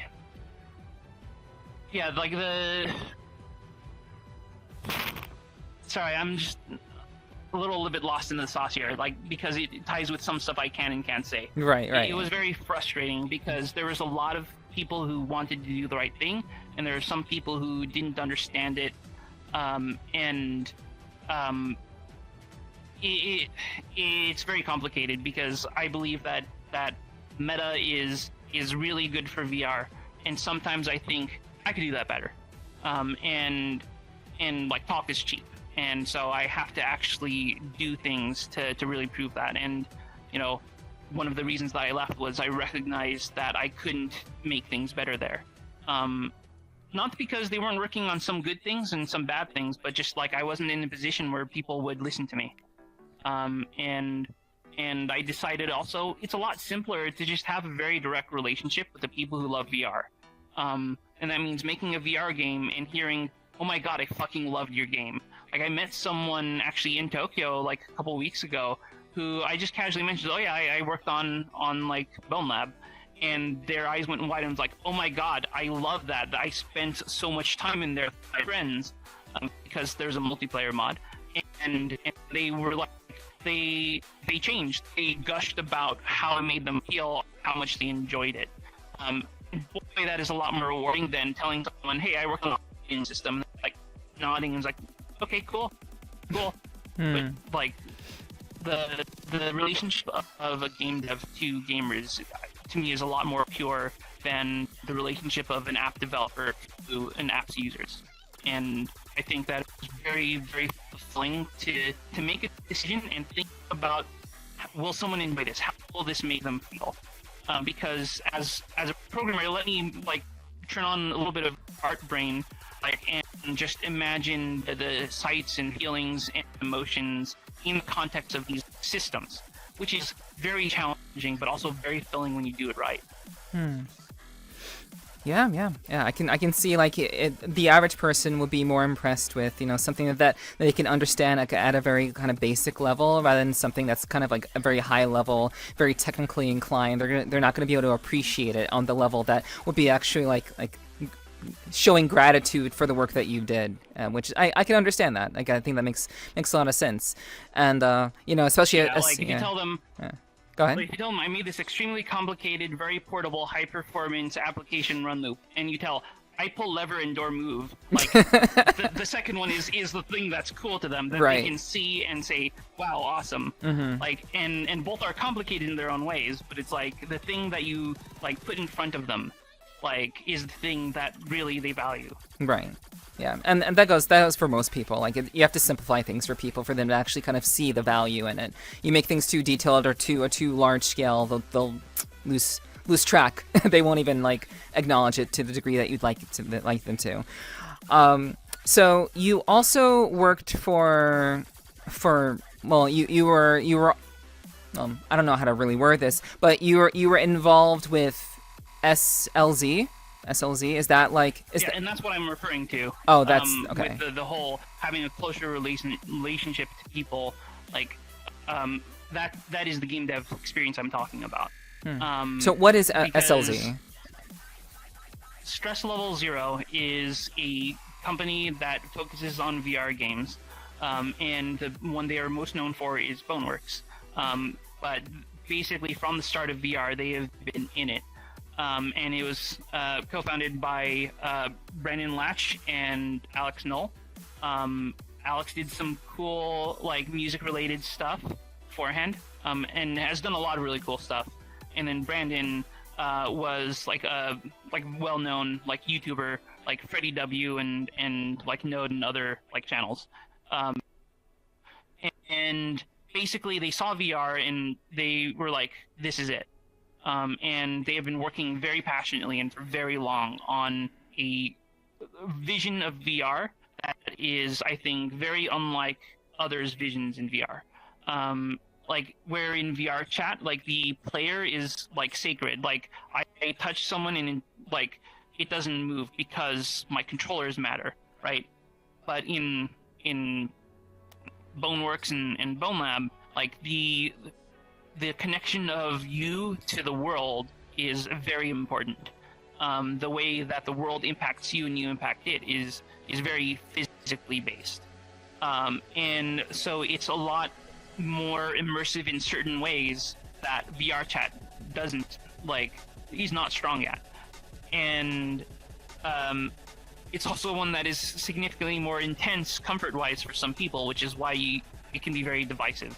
But it's almost because there are such strong feelings about it that you can really feel confident that you've done something right when someone can really intensely explain like what was good about it or what was bad about it, or you can triangulate how they feel and maybe which bucket they fall into. Maybe they're not someone who would love or enjoy like, a very intense physically based game, and they're someone who is much more about like the social side of things, and that's fine. VR should be big enough that you have people who enjoy different things about it, all enjoying something different about it. someone who likes playing StarCraft isn't necessarily going to be like enjoying Battlefield, and vice versa. And VRChat and all of the SLZ games like should exist in this like universe which is big enough to have these people who love different things within it. Okay. Yeah, I definitely see where you're coming from. Yeah, it makes a lot of sense. So, you had a stint at Crunchyroll, which is, as someone who loves anime as well, I'm very interested to know what that culture was like. I'm not sure if you can discuss, what your role there was, or maybe you can just mention your role. Yeah, that's fine. It's ages ago. Okay. Yeah. So I joined when it had just barely gone legit, and I basically rebuilt their iPhone and their Android apps.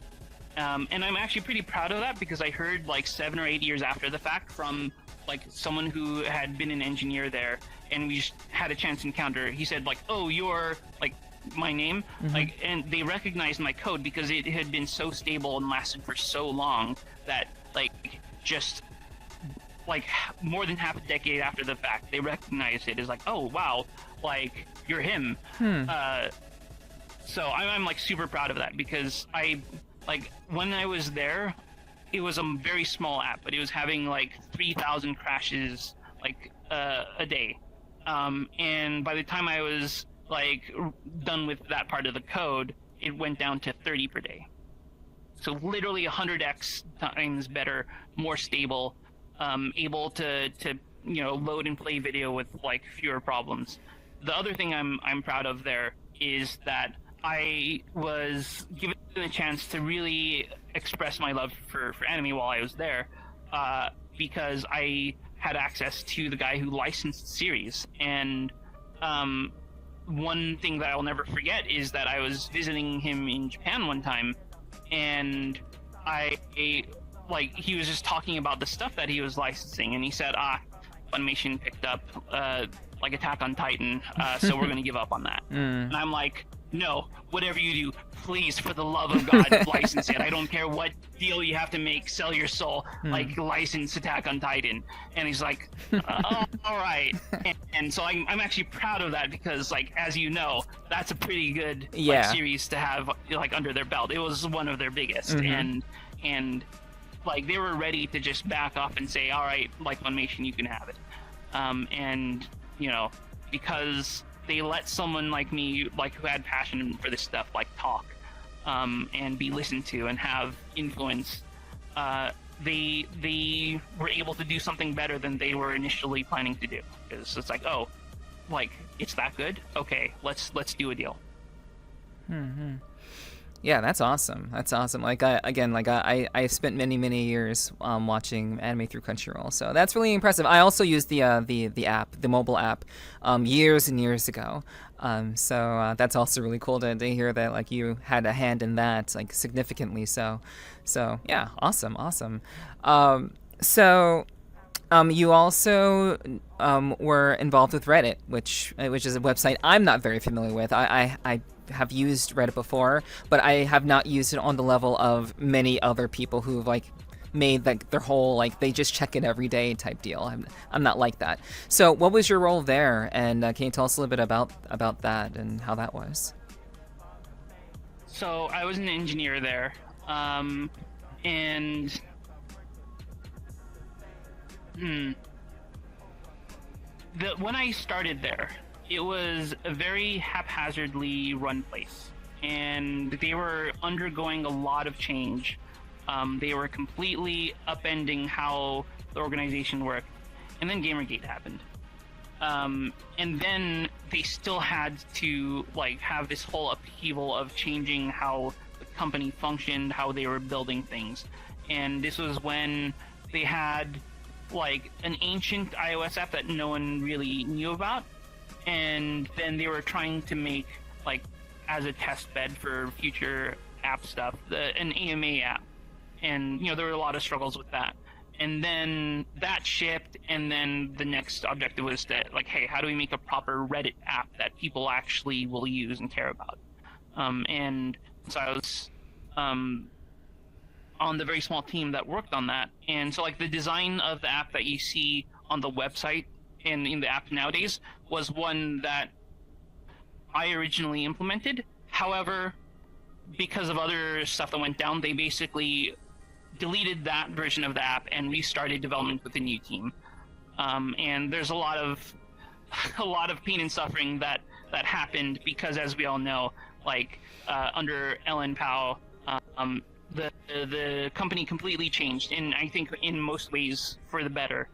But it ended in a lot of controversy, and it was, people were not fair to her at all, and I was not fair to her at the time. But she also made some really terrible decisions. She also made a lot of great ones. But like this was also within the context of the 2016 election coming up. So I was there before that, but like there was like all the people who were saying, oh, like misinformation campaigns, blah blah blah, don't even know like a lot of the story.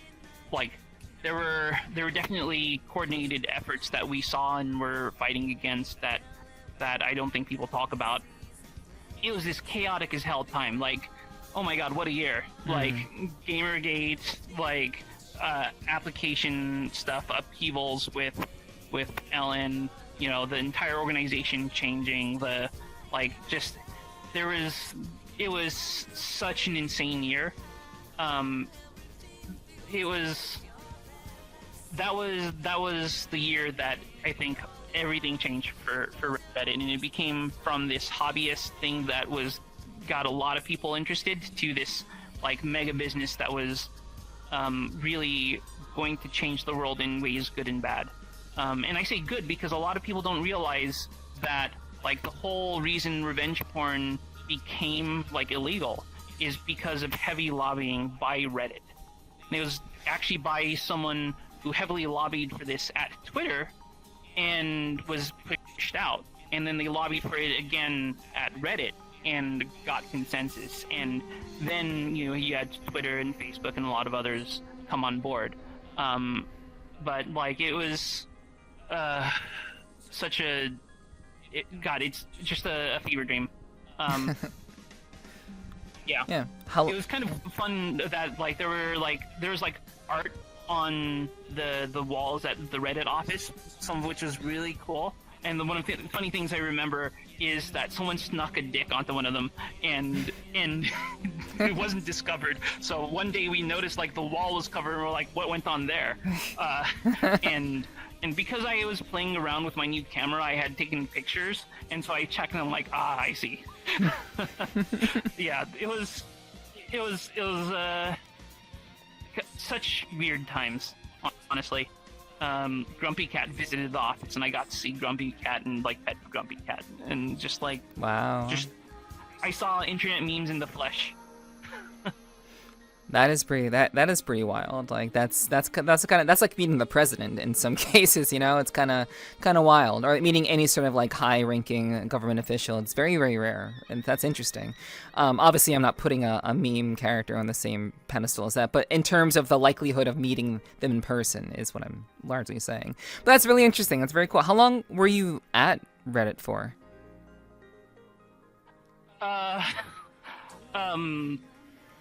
Less than a year, and there's a lot of complexity there that is best avoided. Fair. Because it was such a rocky year. Like, so like it ended with like Ellen getting, you know, the boot. And there were a lot of complex things that happened up to that. And you know, I was unfiltered. And like there were other things, good and bad, but one thing that I remember not regretting but knowing that it probably contributed was like there were periodic like all hands company meetings every week, and I thought that some of the ways that they were doing sort of employee feedback, like performance reviews, was kind of fucked up, because some of the people I worked with were in situations that were kind of like they wanted to say something about it. And the way the performance reviews were done there was your manager gives you your performance review, and then you talk to them and then it's done. But what there wasn't was a 360 where you would talk about your manager's performance and give them a performance review. Right. And this is something that I'd experienced before, and like there was positive things that came out of it, because if there is an issue with the manager, like it sort of goes upwards, and you can identify things that are or aren't issues beforehand. And so for like 4 or 5 weeks in a row, I would stand up in front of the company and say, like, when are we getting upwards performance reviews? And they had to, like, and the thing is that my coworkers were also in support of this, but they didn't want to rock the boat. And so I was just standing up and basically making their lives difficult for like over a month, saying like, hey, where's this thing that everyone wants that you don't want to do because it'll make you look bad? And it made them look worse when I did that 5 times. So, you know, Yeah. things there didn't exactly end well. And, you know, there are things that I wish I had done differently. There were things that were very unfair. But I still came away from the company despite, you know, like the stuff going on, believing that it was going to change the world. And at the time, I believed it was going to do it for the better. Nowadays, I am a lot more skeptical and jaundiced about social media as a whole. I think that there are a lot of negatives to hyperscale social networks that are fundamentally unsolvable by a single organization. But it's almost too nuanced a view for most people to care. They see Facebook and they see Reddit and say Facebook bad and Reddit bad, and back then I would have said no, they can be good. And nowadays I'm like, I understand. I think there's a way out of it, but that's a discussion you're not prepared to have. I wouldn't say that to them, but it's like, who wants to go like super in depth on that stuff? Like not a lot of people. Not many. Yeah. Most people don't really care about the nuance and the details, the nitty gritty about that sort of thing. So yeah. I can see why you'd want to just kind of like, I'll just leave that off for someone who actually cares. I will say though. Yeah. That company taught me to really appreciate coworkers, because what I would do is when people were stressed, which was all the time, I would say, hey, let's go across the street and get some like coffees and cookies. And it got to the point where all I had to do was send 2 emojis and people would get the idea, because there was an amazing place that had really fresh, like freshly baked, like warm cookies, and it was like crack. And when people were feeling frustrated, sometimes they just needed to like walk around and vent and then get back to work. And so I connected with a lot of my coworkers on a very deep level, like there. And it taught me a lot about how getting stuff done is not just about like objectives and planning and meetings and stuff. It's also about building relationships and sort of getting people in the same headspace. Not by saying you will do this, here is how we are thinking about things, but by just having conversations and getting to know them. Yeah, like you can't have a team without the connections made, because otherwise, I think if you continue to just focus on simply objectives and deadlines, people become resentful. And like the motivation for being there gets lost, and people forget why they even wanted to be there in the first place. If you aren't constantly nurturing them, you need to have that kind of culture, which is something I can definitely relate to, like on a personal business level and also on a professional level, which I've done with my own small business, with the other companies I've worked for. Totally get all that. Absolutely get that. So I believe there is one more company or another company, maybe not one more, but maybe like, how about this? How about you share, like if you had any past experiences with other companies that you were doing projects with, how about you share something that maybe we haven't covered that, really, that you're really proud of or that you really enjoyed? I mean, I think I covered a lot of that. Okay. Yeah. No, I mean, I don't know. Sometimes I feel like Forrest Gump, where, like, if you watch the movie, like, he is just strangely stumbling into these situations of historical relevance, and finds himself in a somewhat close-up role, but sometimes mostly irrelevant role to them. And like, for several months, I sat right next to the two people who created Instagram while it was still called Bourbon, and I saw them making the app while I was working on this thing for someone else. And you know, I had a falling out with the guy contracting me because he didn't pay me like half the contract. And so I was like, yeah, screw him and screw those people he's working with, because he was also, I think, doing some design with them. Like, they'll never be successful. Obviously, they've been fabulously successful, and they've proven how, like, good they are. But it's like, I was so close, and I saw them working on this thing that would have a huge impact, and, like, I had no influence on that. I was completely irrelevant to that. While I was at Crunchyroll, one of the designers who, like, left went on to design Twitch.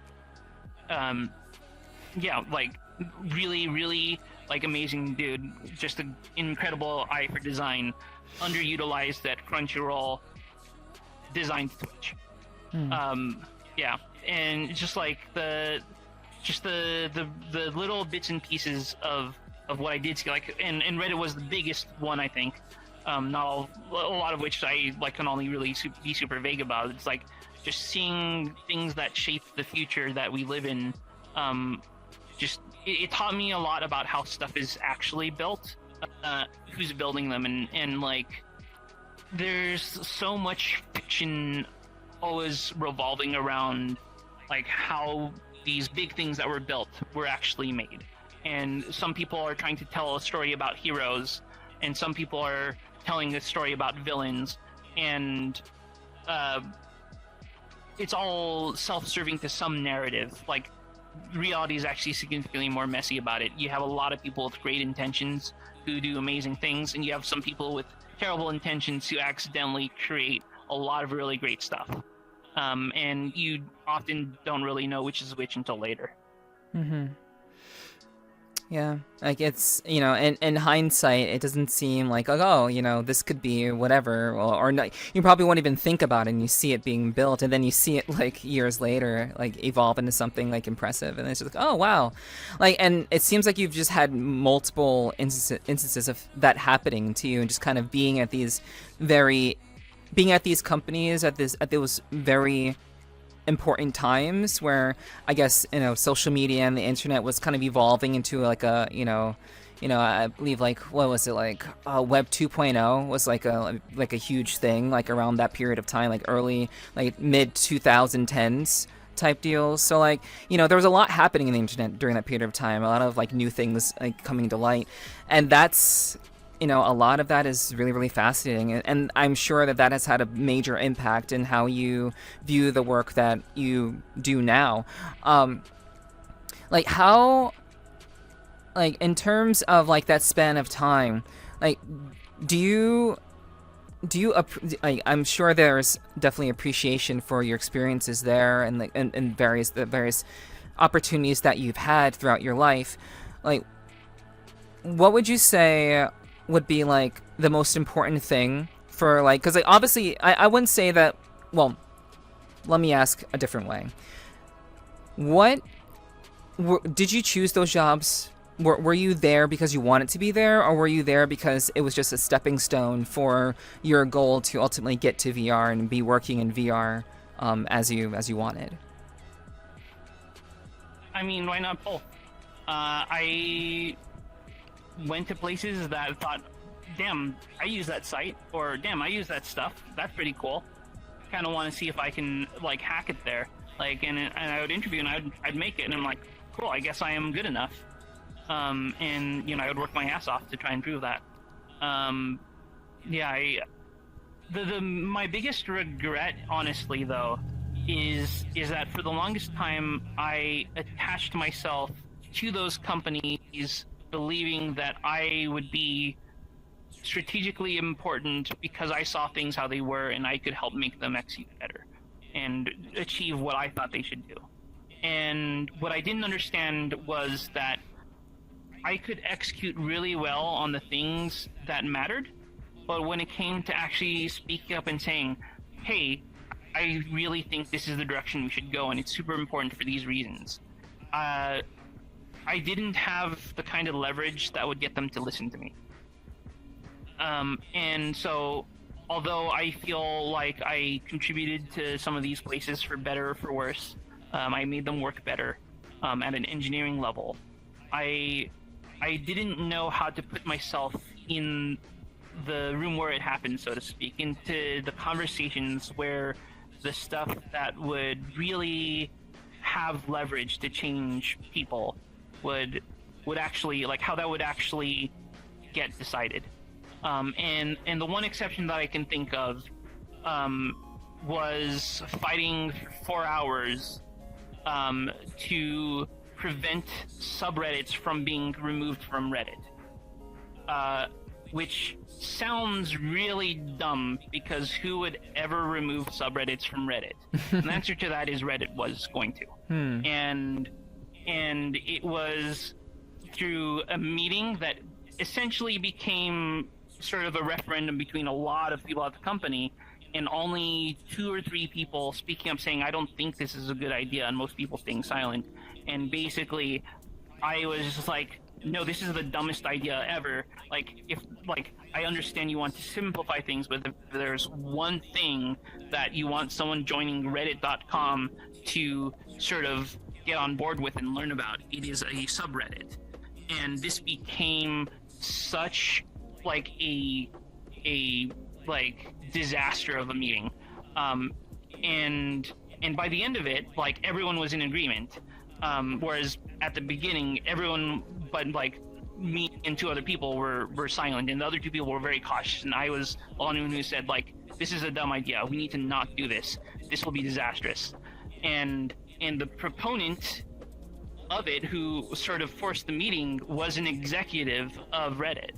And so this person who could at a moment's notice say, hey, you're fired, like, I basically said, like, this is like one of the worst ideas, like, to actually like be discussed. Like, there is no way this makes any sense. We have to not do this. There is no explanation that makes any sense. And again, this is while I was still a little bit rougher of a person, and so like I was very like, I'm telling the truth, which is true, because removing subreddits from Reddit is objectively very fucking stupid.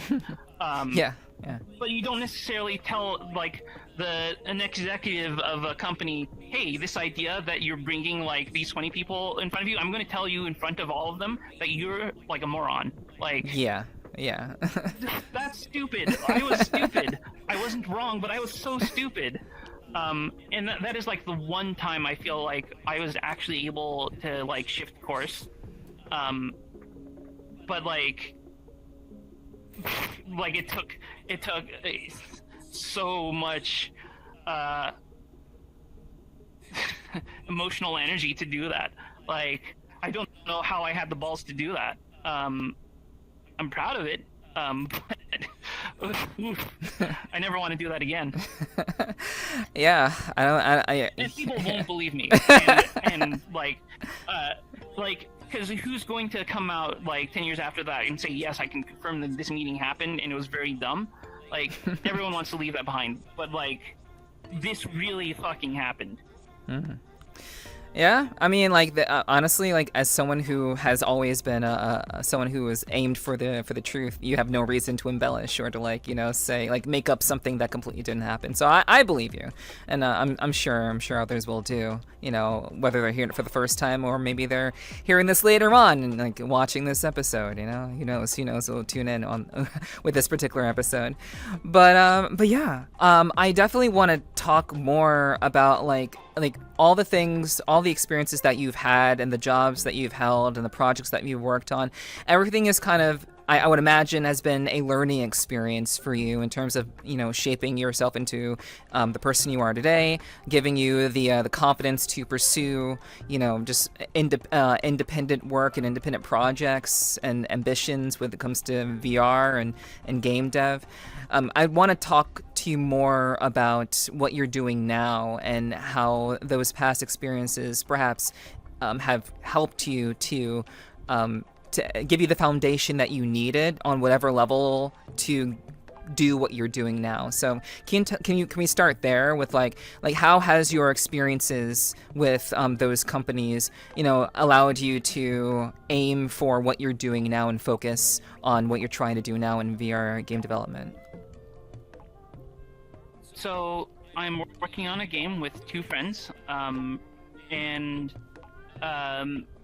it's rather than being focused on like a lot of like violence, because at the time we were starting it, like there was a bunch of like trailers in like the meta showcase, whatever, and they were just full of like running and gunning in VR stuff that was clearly paying attention to like the success of BONELAB, and offset by a couple months trying to copy. And I don't think that those copycats really understood what was cool. What was cool is not just like that you can use a gun in BONELAB and all that stuff, but also just like the physical universe that like was created for it. And I loved that when I was there, and I still love that like even after like leaving SLZ. And I think that they are the furthest ahead and have the most interesting thoughts in that area of VR. And at the same time, it was a company that knew what it was and was very focused on executing on their vision. But this meant that, there was a very small number of people who could truly influence the direction of like the company and the game development. And I admired their ability to create this amazing virtual world. But then I also saw that I had this want to shape and influence a virtual world myself, and I would have to fight for those ideas in like internally there. And I saw some success for this, not always, but I wanted to really express my own ideas and vision and sort of see those realized. And I think they were very supportive of me, like discovering the things that I loved about VR. And I think it really was a case of, if I want to see some of this stuff happen, like I'm going to have to be the one doing the work to really see it come into reality.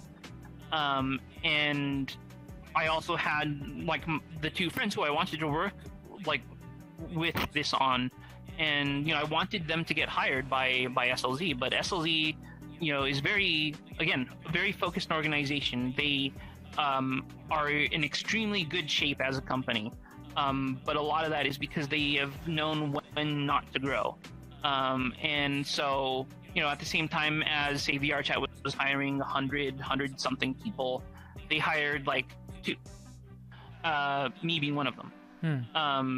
And because of that, they saw like tremendous success from BONELAB, because they were able to keep it under control, make it a improvement on Boneworks, and give people enough of the kind of game that they thought that the gamer should have, without overstepping by grossly overhiring for content. Like, I think BONELAB is a bit of a mixed bag from people who treat it as a sequel to Boneworks, but it's not a sequel to Boneworks. Like, it is a experiment on the side. It's literally called BONELAB. It is not Boneworks 2. It was a lot of different levels that were created to sort of build out this physical universe, and then they were stitched together like with a narrative that made some sense but wasn't particularly strongly woven throughout the thing. And it was a mix of this sandbox, it was a mix of this mod functionality, and a narrative that was just good enough and fun enough to experience all the way through and say, this was worth it, I enjoyed this. And so the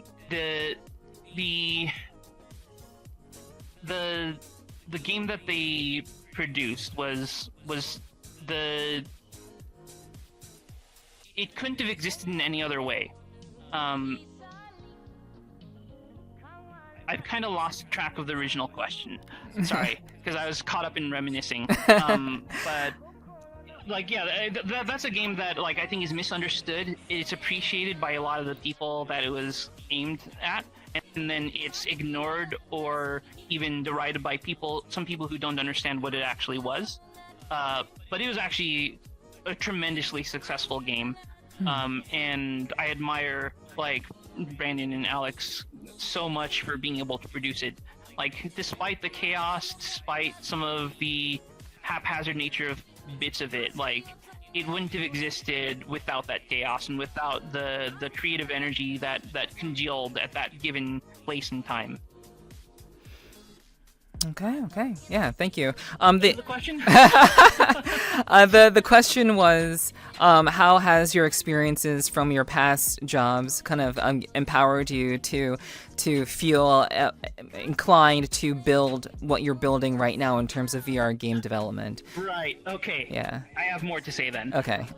So taking what I learned from them and sort of applying that to what I'm building for the game that I'm working on now is just really like a lot of it is just like, why did they do it that way? And then trying to redo it myself from zero and think like, can I do it better? Or can I possibly do it as good as they did?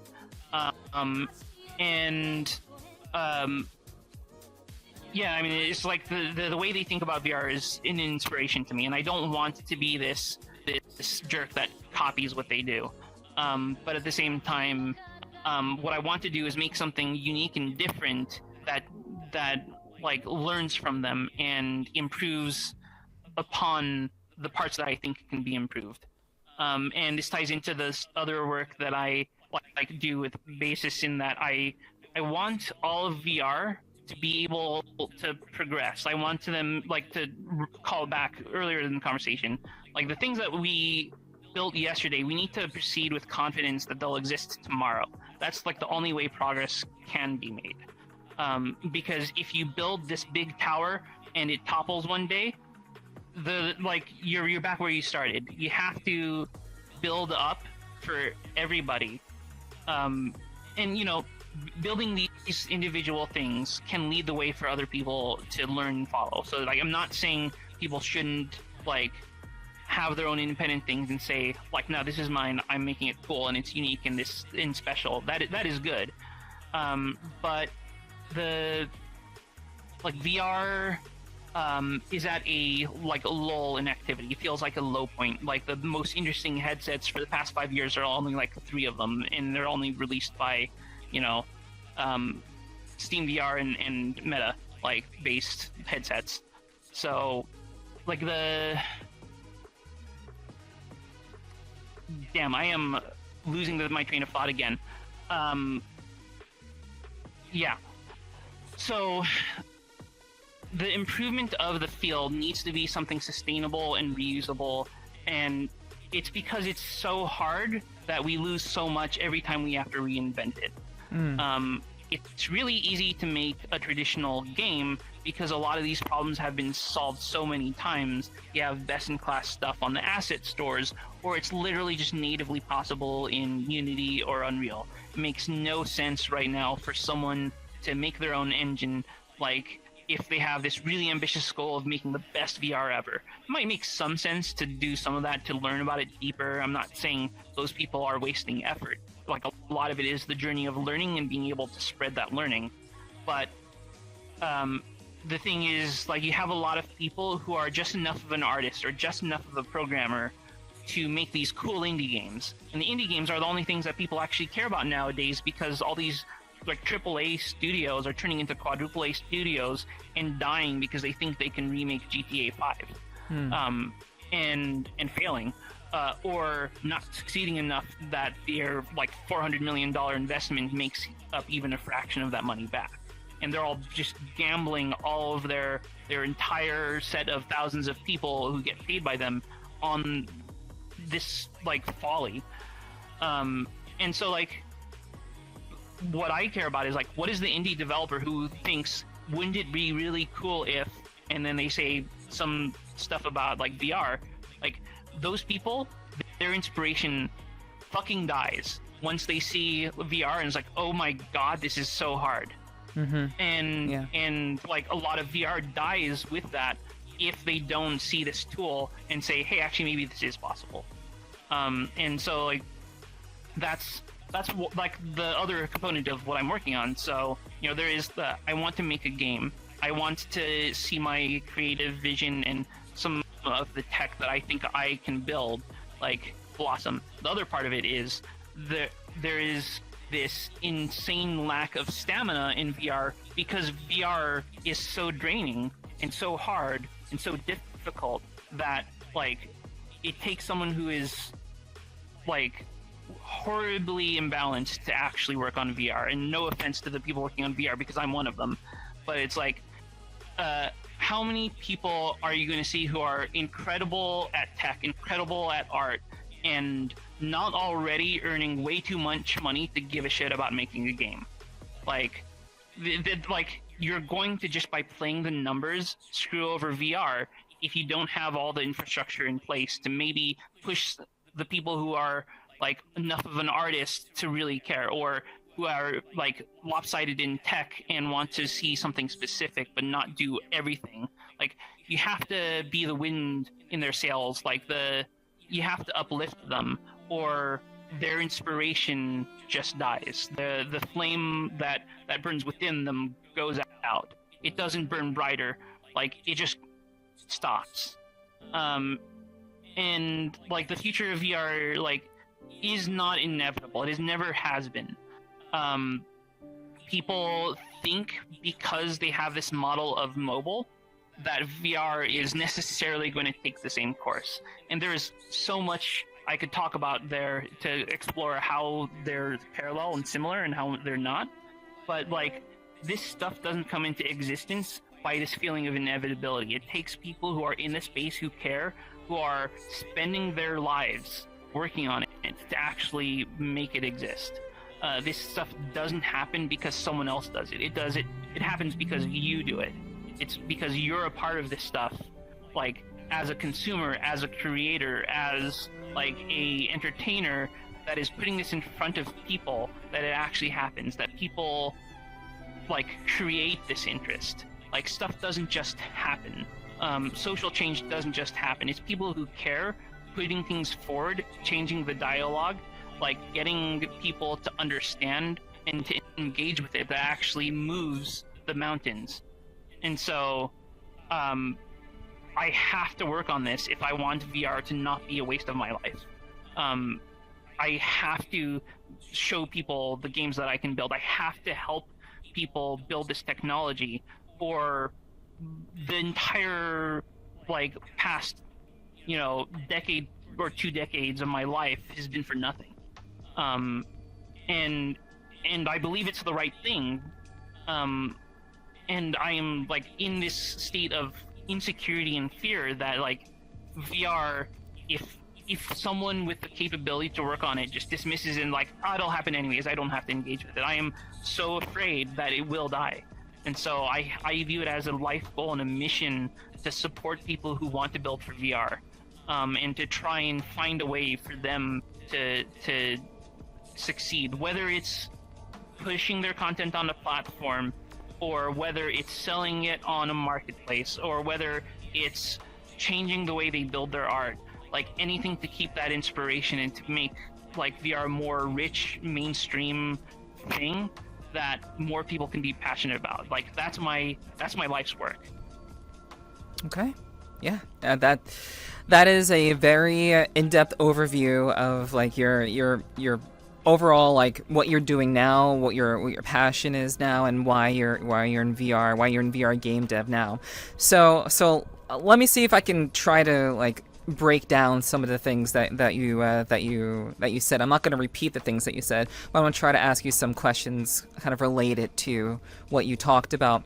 So are you working on VR because it's hard and you believe you can be the one to do it right? Or are you working on VR because after 10 to 20 years of being in the space, there's a sense of desperation to have this platform work in your favor?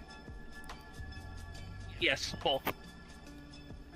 I fundamentally love and believe in VR, and I am desperate to prove that I'm right. it is the future, but the future is not something that happens, it's something that's made. And I think that if you let people who are less passionate about it, like sort of pave the way forward, to create the path. I think a lot of them are probably going to be the people who are paid to care about it and who are going to bring like a passionless, like dead feeling to it. I don't want to be like someone who's paid $1 million a year to create this passionless thing like, sorry to shit on Roblox, to 1 million people and make even more money off of that, like, because it's really effective at extracting money out of children, right? What I want to be is the one who creates this, again, joy and love and like feeling of wonder, and this comes at actually a significant cost personally, because when I worked in tech, boy, I made some nice money, and I took a pay cut, a fairly significant one, to work in games, actually a fairly insane one to work in games, and then again when I wanted to make a game I cut that to zero, like if I wanted to stick around in tech I probably could have bought like 1, maybe even 2 houses in friggin' California by now, right? But that, like, what enjoyment would I get out of that? I'd be living in this world where I had like an extra bathroom. I wouldn't have these virtual worlds that I could explore just by putting like a piece of a phone on my head. Okay. I think in everything that you mentioned about what you're doing, I'm not sure if you mentioned what is the game that you're trying to make, and what is the goal of the game? What are you trying to achieve with it? We still haven't talked about that. The three of us working on it, we discovered each other actually through VRChat. We were different kinds of creators. Me, mostly a coder. One of them both a coder and an After Dark creator, and another one a coder and a world creator who made some very popular worlds. We all sort of had a similar viewpoint of like we want to prove ourselves, and we all also experienced a world together that we thought, this is a really interesting system. It would be a shame if it only ever existed in this world. And it inspired us to talk about building something, and that eventually became real once I said like, all right, like I'm down. Like I will put money into this and make it work, and we're going to build like something out of this. Because I had built up this relationship of trust and understanding with them over time, like in here, we got on board and connected and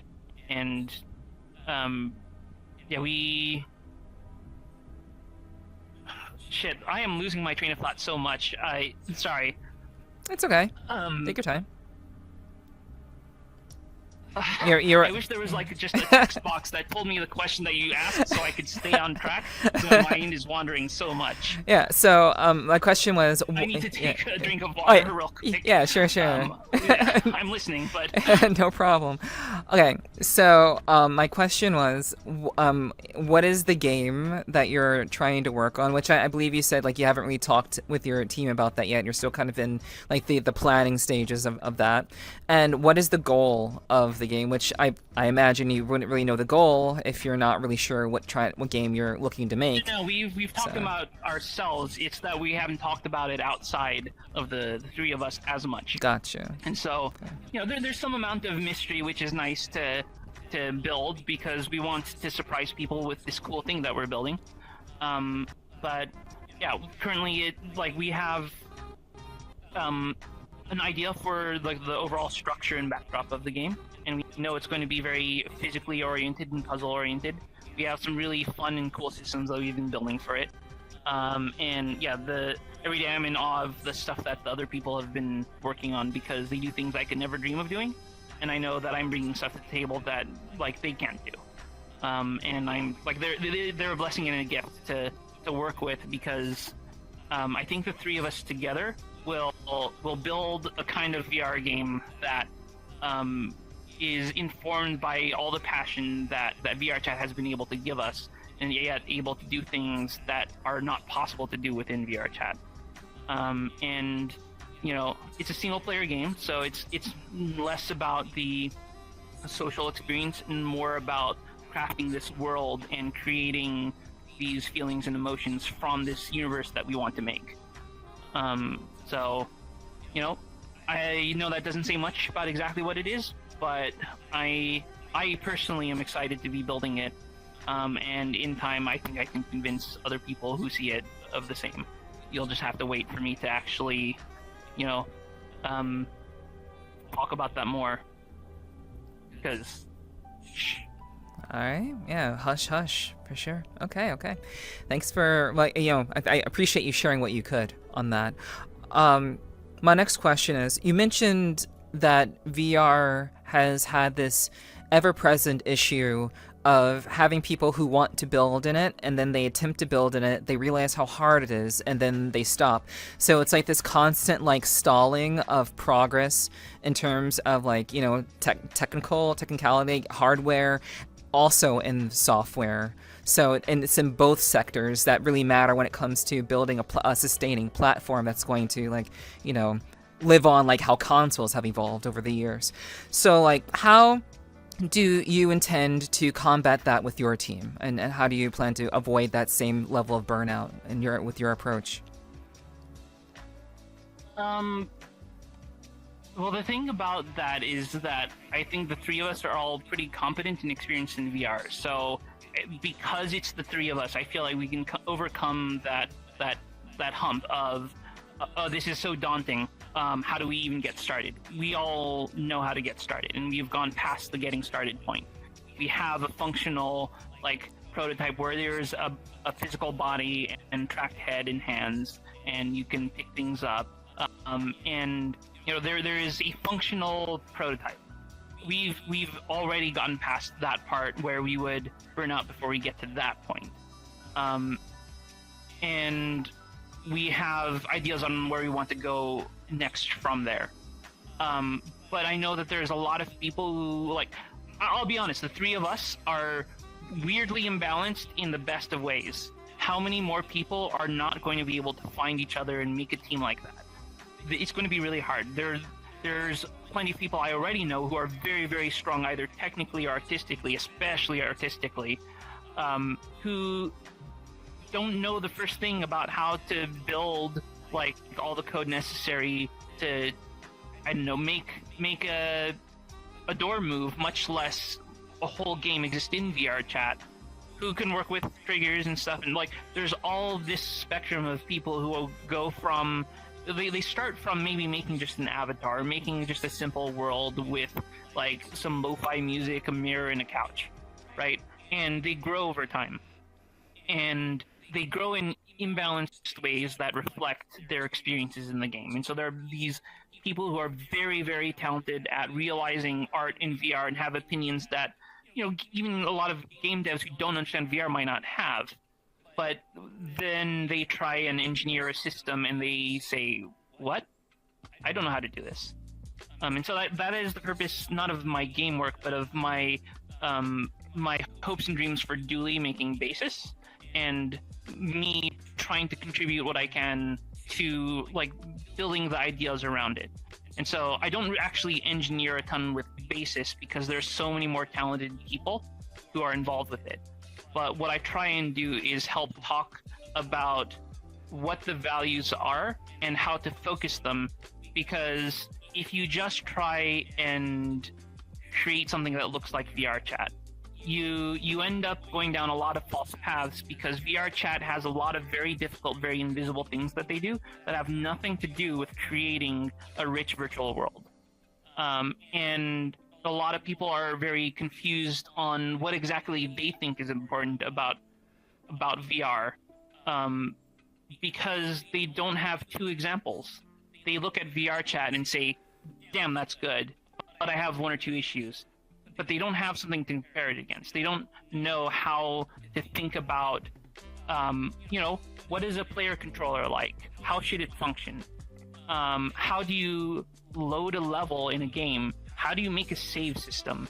How do you do all these things that are basic to a game?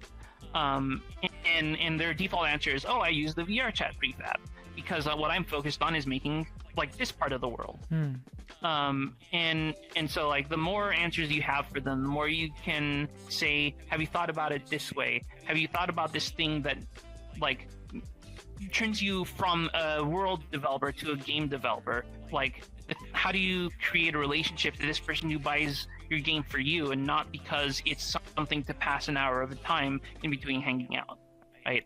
And so it's really important to think deeply about stuff that maybe sounds like it's splitting hairs, because the way you inspire the people who are the next generation of creators is super important to them actually creating the thing in the direction that is understandable and comprehensible to them.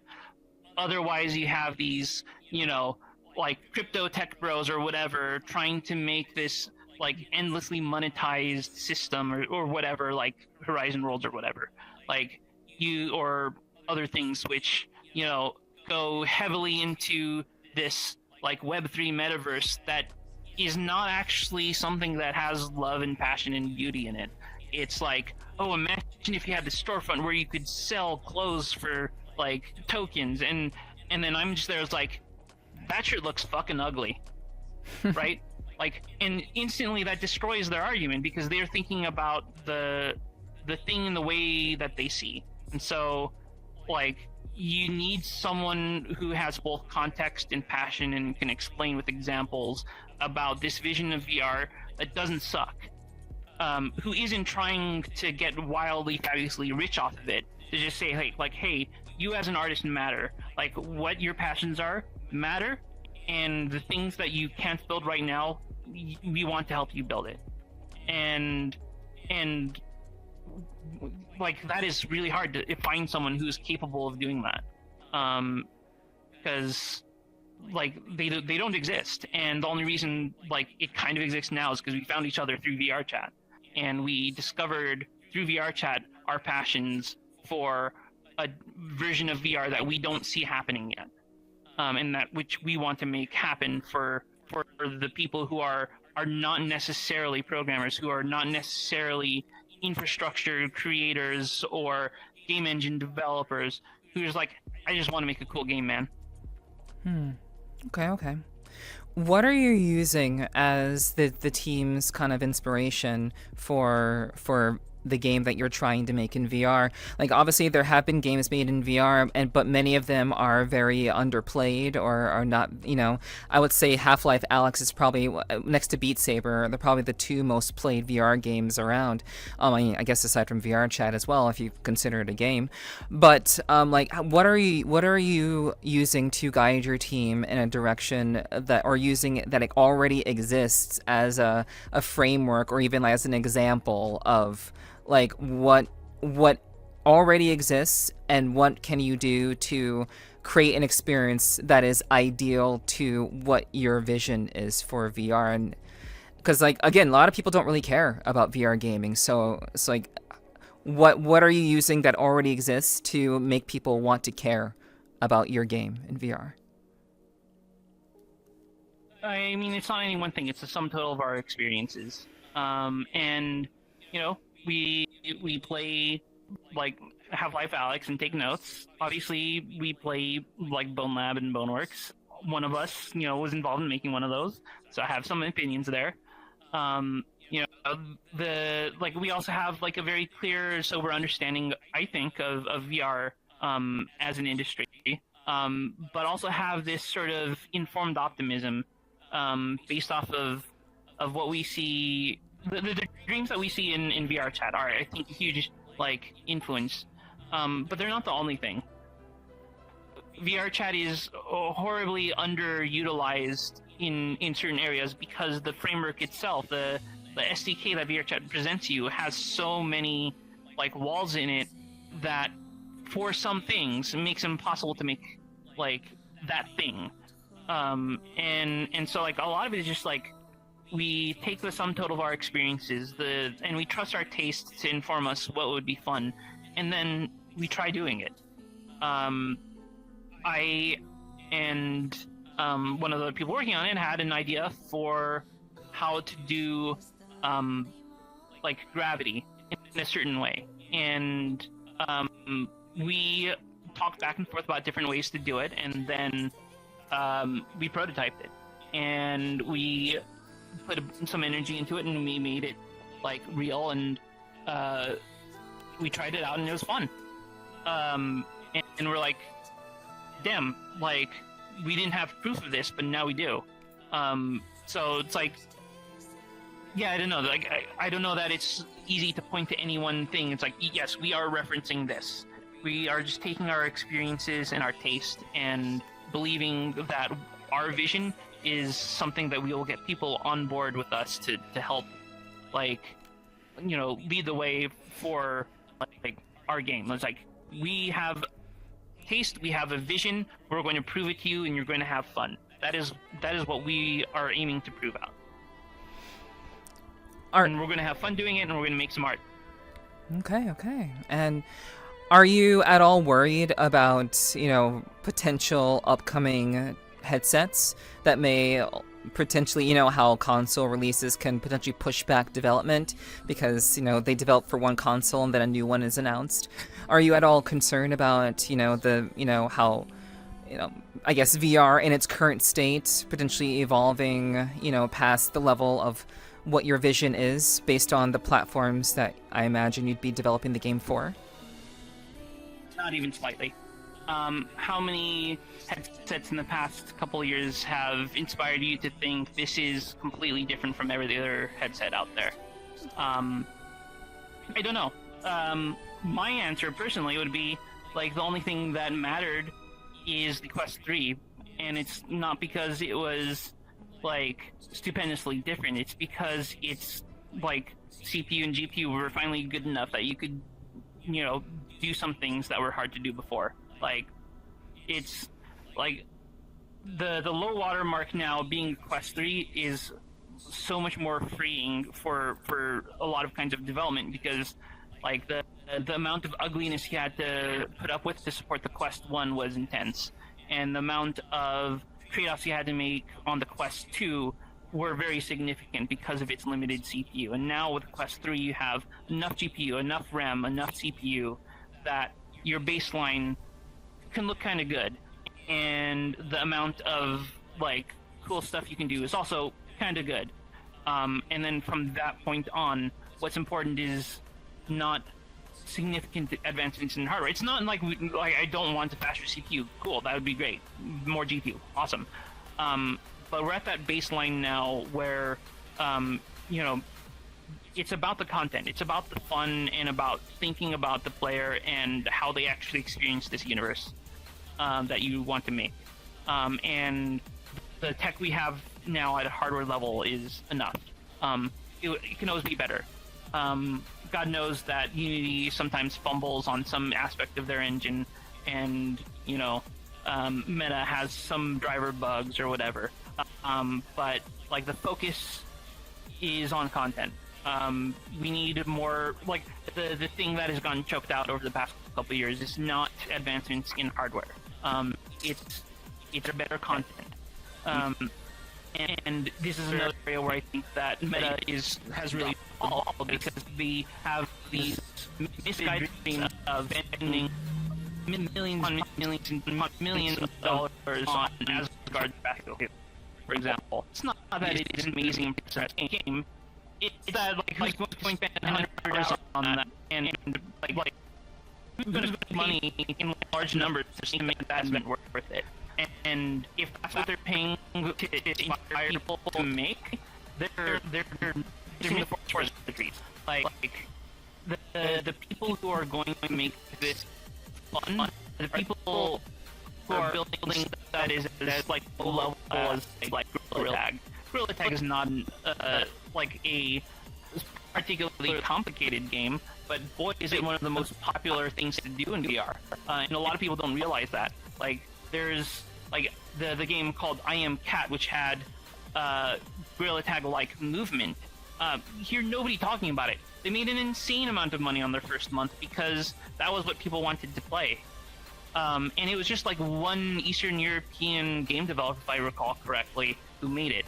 And so like the lifeblood of VR is going to be indie creators making cool stuff that people find fun, not these insanely expensive mega productions that spend so much on art pipelines and crazy amounts of detail. It's like right now we're in the stage like early NES and SNES days where it's like it's the gameplay that creates these lifelong memories, not the art, not the complexity.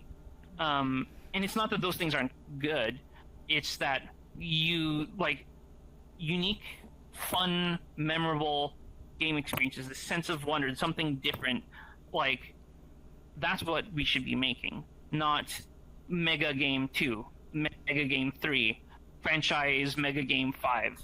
Who cares? Who cares? Like, and there are outliers here. Arkham Asylum, I believe, or the Batman VR game.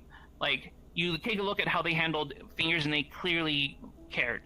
And like, it's not like people don't learn from those examples. You have Half-Life Alyx, and you have it. I'm a little proud of like BONELAB and BONEWORKS, but like you have these things which are a little bit more than just an indie game. I would say the BONEWORKS is still an indie game, but boy, they put a lot of effort in making it even better than that.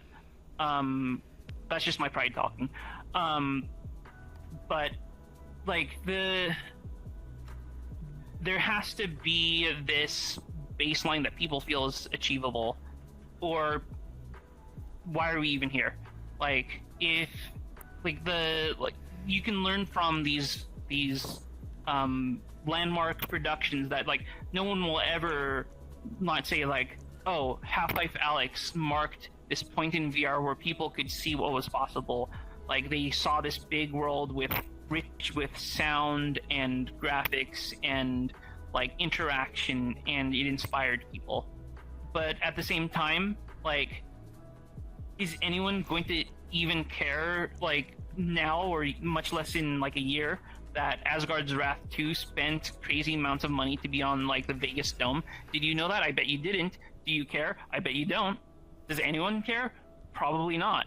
Was it expensive? Probably more than the cost of an indie game. Yeah. I mean, you bring up some good points, and honestly, like I trust your judgment. Like, if you truly believe in what you're trying to build, and that you can, you and your team can set the standard for what VR, what enjoyment and wonder can be in VR in a way that can inspire other people to develop in a similar way, then why not go for it? Why not be the trailblazer for that? Every team should feel like they can blaze a trail. Every team. Like, they just have to see their vision through, and that's the hard part. Because they have to take it from nothing to something, and nobody's on their side. There's not enough tools. Hence, building the tools. Yeah, and I would imagine that has that kind of coincides with what Basis is doing. Building the tools. What I'm referring to. Yes. Yeah. Yes. Okay. Yeah, I thought so. Okay. So, and like, if people want to learn more about Basis, we can talk a little bit about Basis in the post conversation, but they can always look at Dooley's interview to like get a whole overview of Basis and everything related to that. So I do have a couple more questions for you with regards to just, what you do and who you are. So where would you like to be in 2 years? Where would you like to be? And not just in location, not location wise, mainly in terms of like your goals, ambitions, just where you are headed in terms of your life and career. Where would you like to be in 2 years? I don't know. The only answer that's coming to me is actually kind of cringe. Okay. I want to be at like every VTuber concert, like a Hololive concert that I can afford to go to, and I want to be enjoying life with the friends that I like, and feeling like what I did had some meaning. Like I don't need much to feel like my life matters. I just want my work to affect someone in a positive way. I want to enjoy the things that I enjoy, and I want to have someone to talk to about them.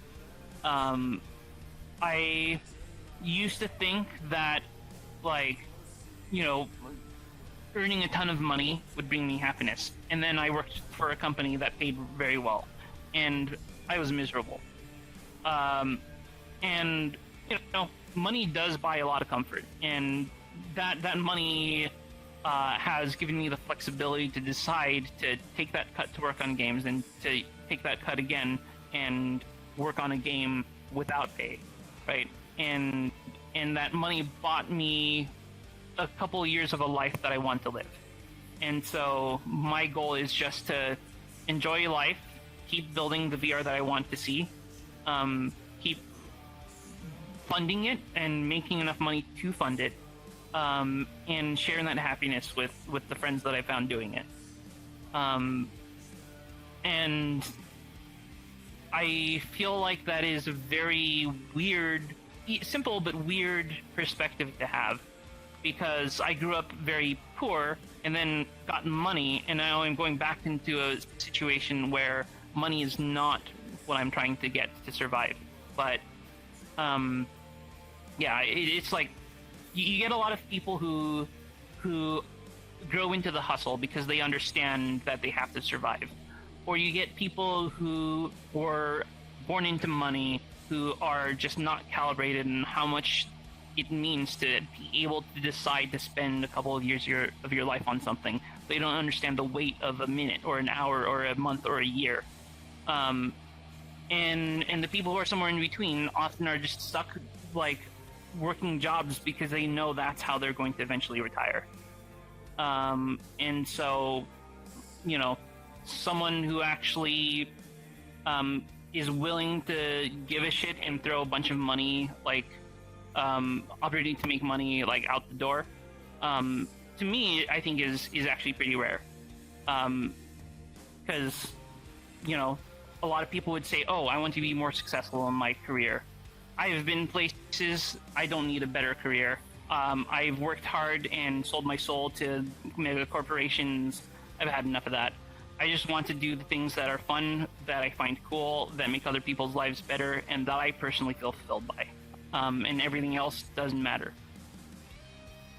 Yeah, I can definitely relate to that, and especially on the basis of trying to create something that matters, and putting something out that actually has meaning. That's a lot of what I talk about and what I practice as well. So I can most definitely relate to that mindset about it. To the point of you purposely eschew the things that the average person cares about in order to build something and to work towards something that the average person would be too afraid to even take a risk on. Regardless of where they came from in terms of, coming from money or not coming from money. But obviously I do think that not coming from money gives a better appreciation of, not having money and actually putting your efforts towards something to build something that actually matters. I think that it has a better perspective, but everyone's different in that way. But I think it does help in that way. My next question for you is, what inspires you? Well, actually, let's say who inspires you? How about this? Yeah, who inspires you?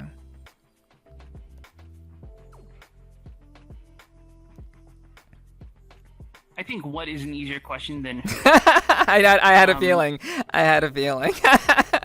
All right. There's a lot of heroes who end up not being heroes because of some issue with them. Growing up, I idolized Bill Gates until I realized that was stupid.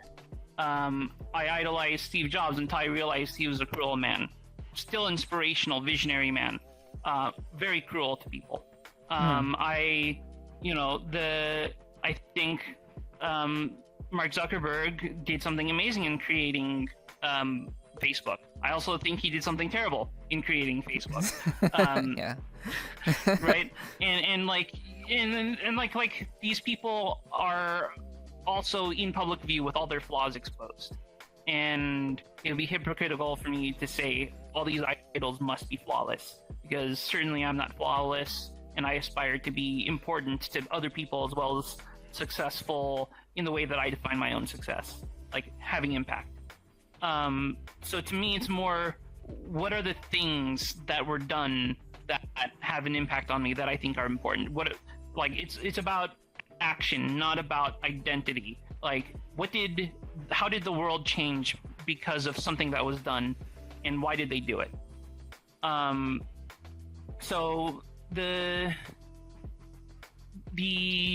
inspiration to me is, I think, seeing the evolution of mobile, actually, and I referred to this in passing earlier, and understanding its trajectory in a better way than I think anyone else I know does, and seeing that VR is on a similar trajectory, and it's not the trajectory that people think it is. People think that VR is on a decline, or that it's over, or that it's done, and I think that it is waiting for a start point, as opposed to an end point.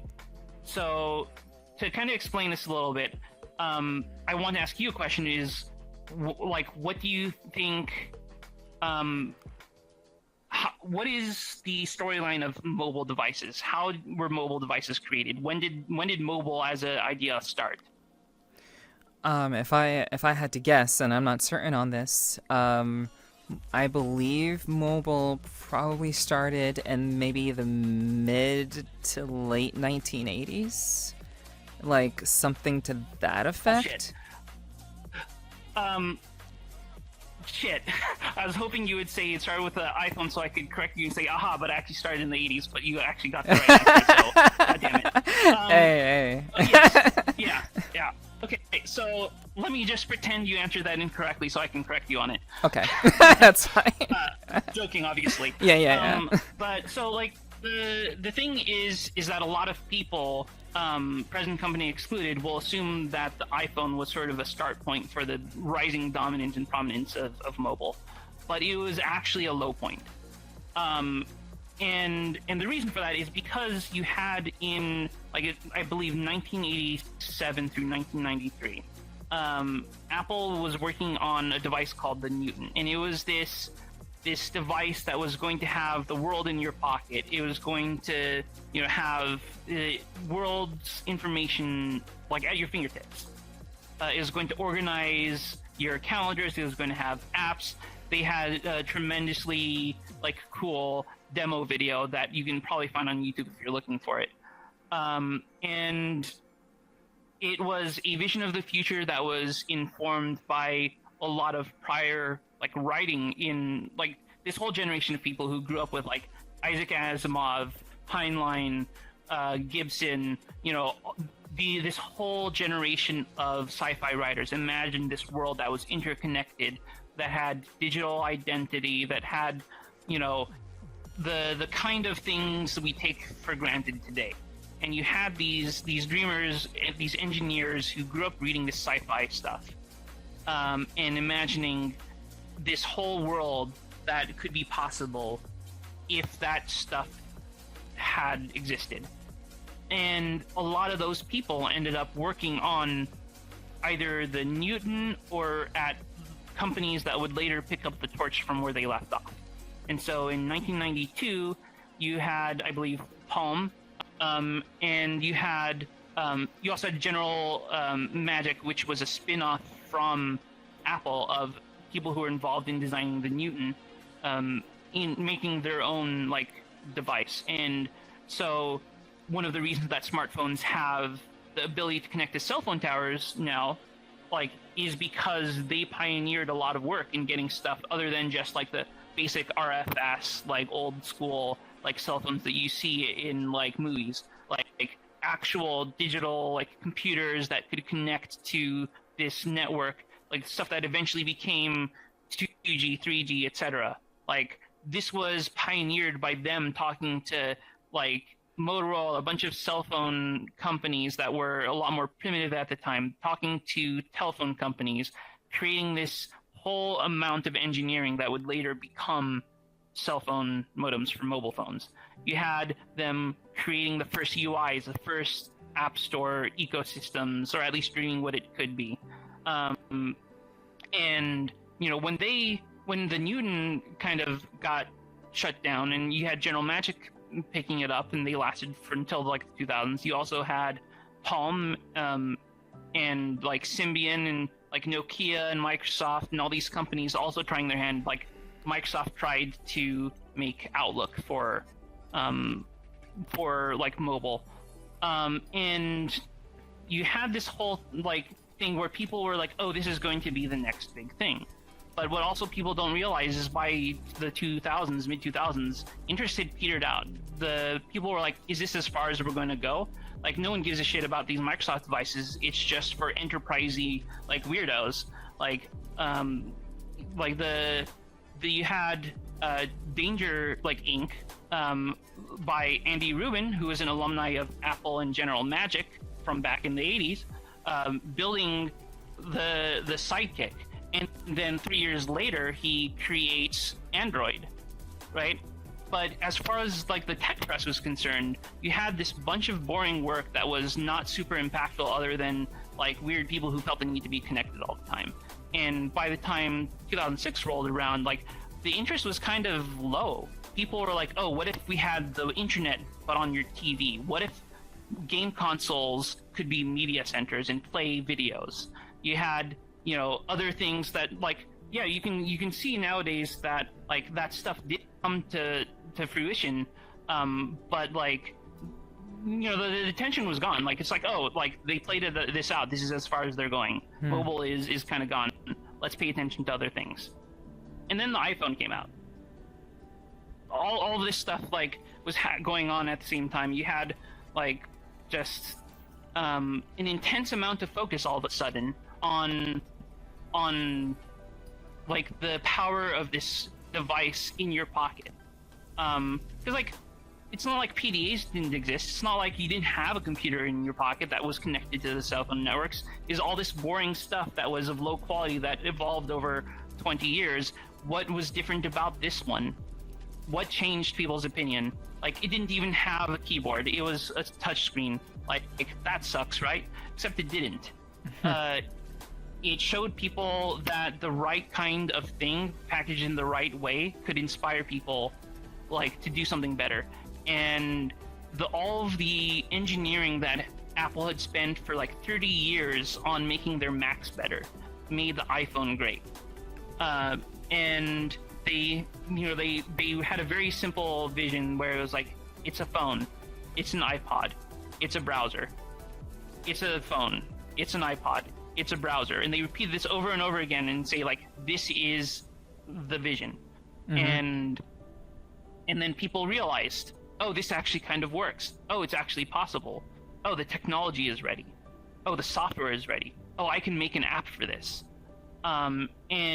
And it's because people were no longer like creating within this vacuum of options, suffering within this lack of infrastructure, that they could finally truly make the mobile apps that the future promised. And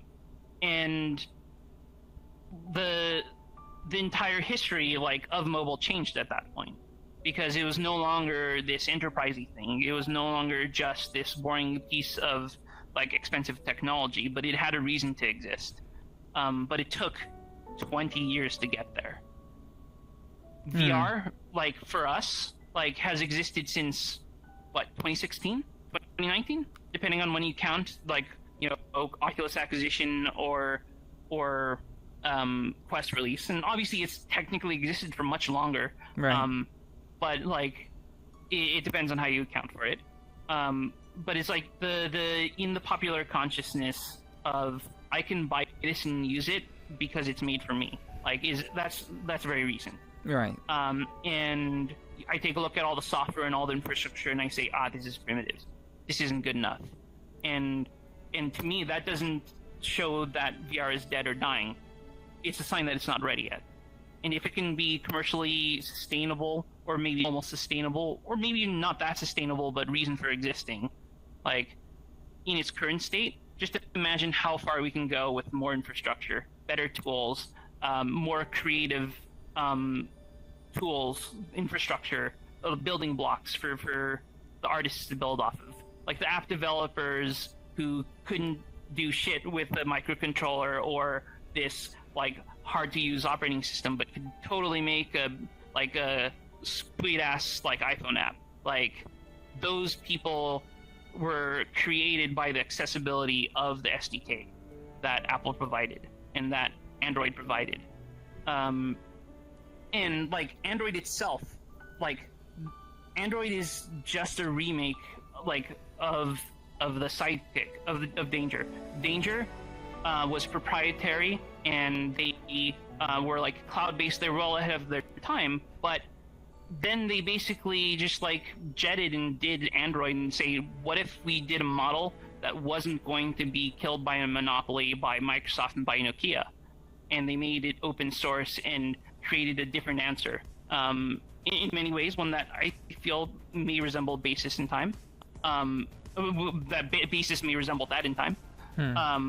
But in like ironically, like Microsoft eventually did acquire Danger and put out their own failed like phone, which is like very prescient. Like, and Android continues today as one of the most powerful like mobile operating systems because their vision was to make something that anyone could adopt. And like you see cheap like feature phones in you know that are like $30 in Southeast Asia, and you have $1,000 premium phones in like high-end markets, and this whole spectrum was enabled by this vision of the future that the infrastructure to build that stuff needed to exist outside of just this one tower that could fall over and die, as the SDKs for the Sidekick did, as like all this weird brew stuff for like Nokia phones and weird J2ME stuff kind of did because it was too hard. You had all these people who thought, yeah, I understand, a phone makes sense to have software on. This stuff is a mess. And then you had the iPhone, and then you had Android. So, personally, I'm excited for VR to eventually grow. We need to actually put in the legwork to do it, and all the people who say that VR is dead, VR is dying, it's stagnant, like, they don't understand. We're not even to the starting point. We're the first people who don't understand how early we are to it. And at the same time, we can't take for granted that future will come to pass. And so I view it as my own mission to make VR this like big thing that succeeds. Because to me, it's so obviously doable. You just need to have the right mindset, you need to have the right software, and you need to have the right like content. But it's achievable. And people don't understand like the evolution of mobile. They all think, well, the iPhone went from 0 to 100 in a few short years. They improved 50% year over year. Why isn't VR doing the same? It's because it's the same, but it's different. It doesn't work that way. We're still exploring it. We're still discovering it. We still need the basic shit that they had 30 years to prepare for. We'll get there. We just need to understand where we are and keep focused. It's going to happen if we remain committed to it. So keep dreaming and keep building. All right. Okay, sounds good. So my last question for you is, where can they find you and all the stuff that you do and will do? I mean, I lay pretty low. I enjoy talking to people, but I like to encounter them like face to face. We're having a huge basis load test on Sunday, so maybe try and overload our servers because we're going to try and hit 1,000. So yeah, find basis and just reach out and say hi and tell us what inspires you. Other than that, I don't know. Like if you get into a conversation with me on VRChat or in Basis, just like, yeah, just let's have a conversation and talk about yourself and what makes you passionate about VR, because boy, am I going to struggle to have an interesting conversation about anything else. All right. So there's like no like specific, like, I mean, obviously you do have your Twitter account, but like, is there? Will that kind of be like, it's either like basis VRChat or like your X account basically? Discord, yeah. Discord. No, see, the thing about Twitter is that it's where I grumpy rant sometimes, right? But mostly it's for me following people and looking at anime art. I made the very deliberate decision like a couple years ago to grossly overfollow anime art, so that all the annoying stuff that made me angry about social media would just be crowded out by anime women. And boy, that did wonders for my mental health. I love Twitter. I fucking hate Twitter, but I love Twitter. Because the moment I step outside of this bubble of a bunch of artists posting stuff, I start to hate myself. So, technically okay. I am on Twitter, but you won't find me doing much on there other than like liking anime art and ranting at dumb shit. Okay. So, yeah. All right. Okay. Yeah. Hey. Whatever works. Okay. So, you know, where you can find me, if you would like to find me, you can find me over at Twitch, twitch.tv/Nepherti. Those of you who are watching live, thank you very much. And if you're watching this live right now, you can also find me over at we'll say Twitter. We'll say Twitter, x.com/Nepherti with 2 eyes.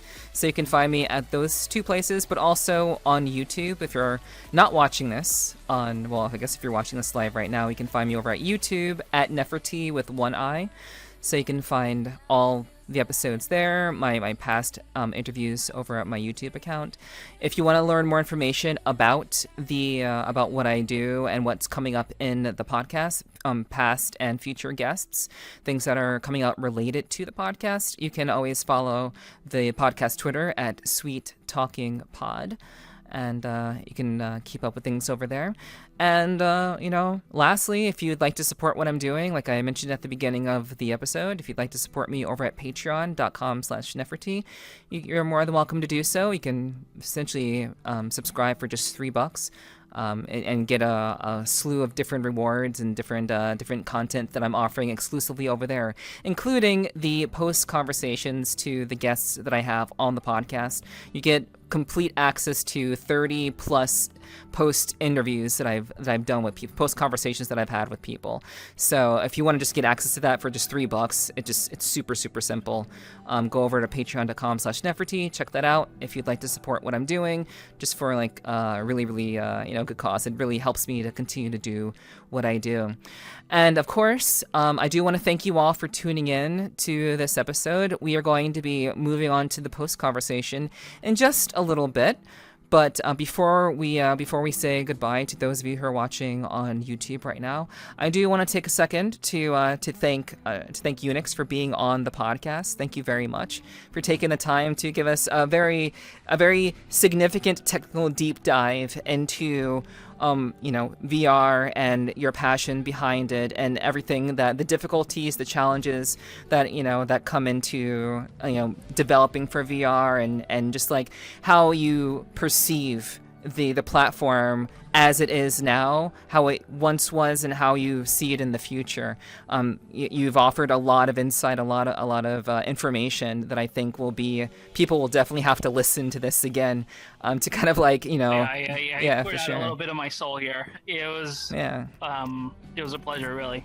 Thank you. Yeah, it was most definitely a pleasure for me. I'm so grateful that I could talk to someone as technically minded and as conscientious minded as you, and someone who's gone through similar metamorphosis through their personality over time, and just found their way doing their passion, which is something I very much relate to. So thank you. All right. You.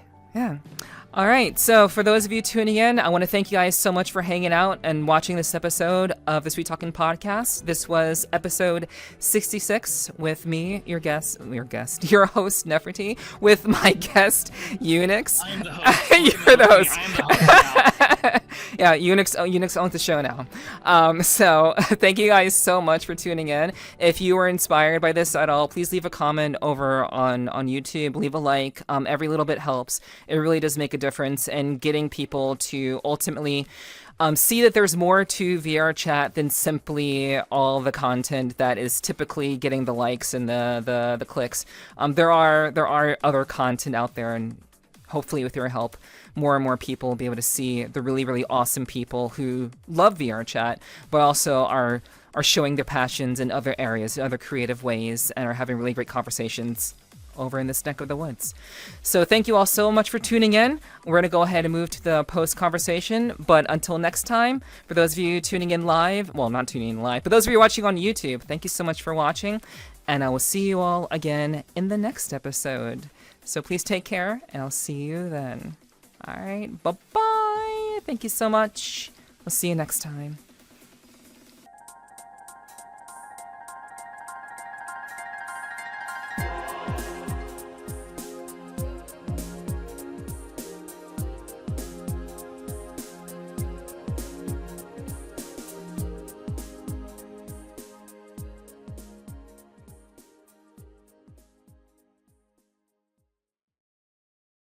It's like, oh, imagine if you had this storefront where you could sell clothes for like tokens, and then I'm just there, it's like, that shirt looks fucking ugly.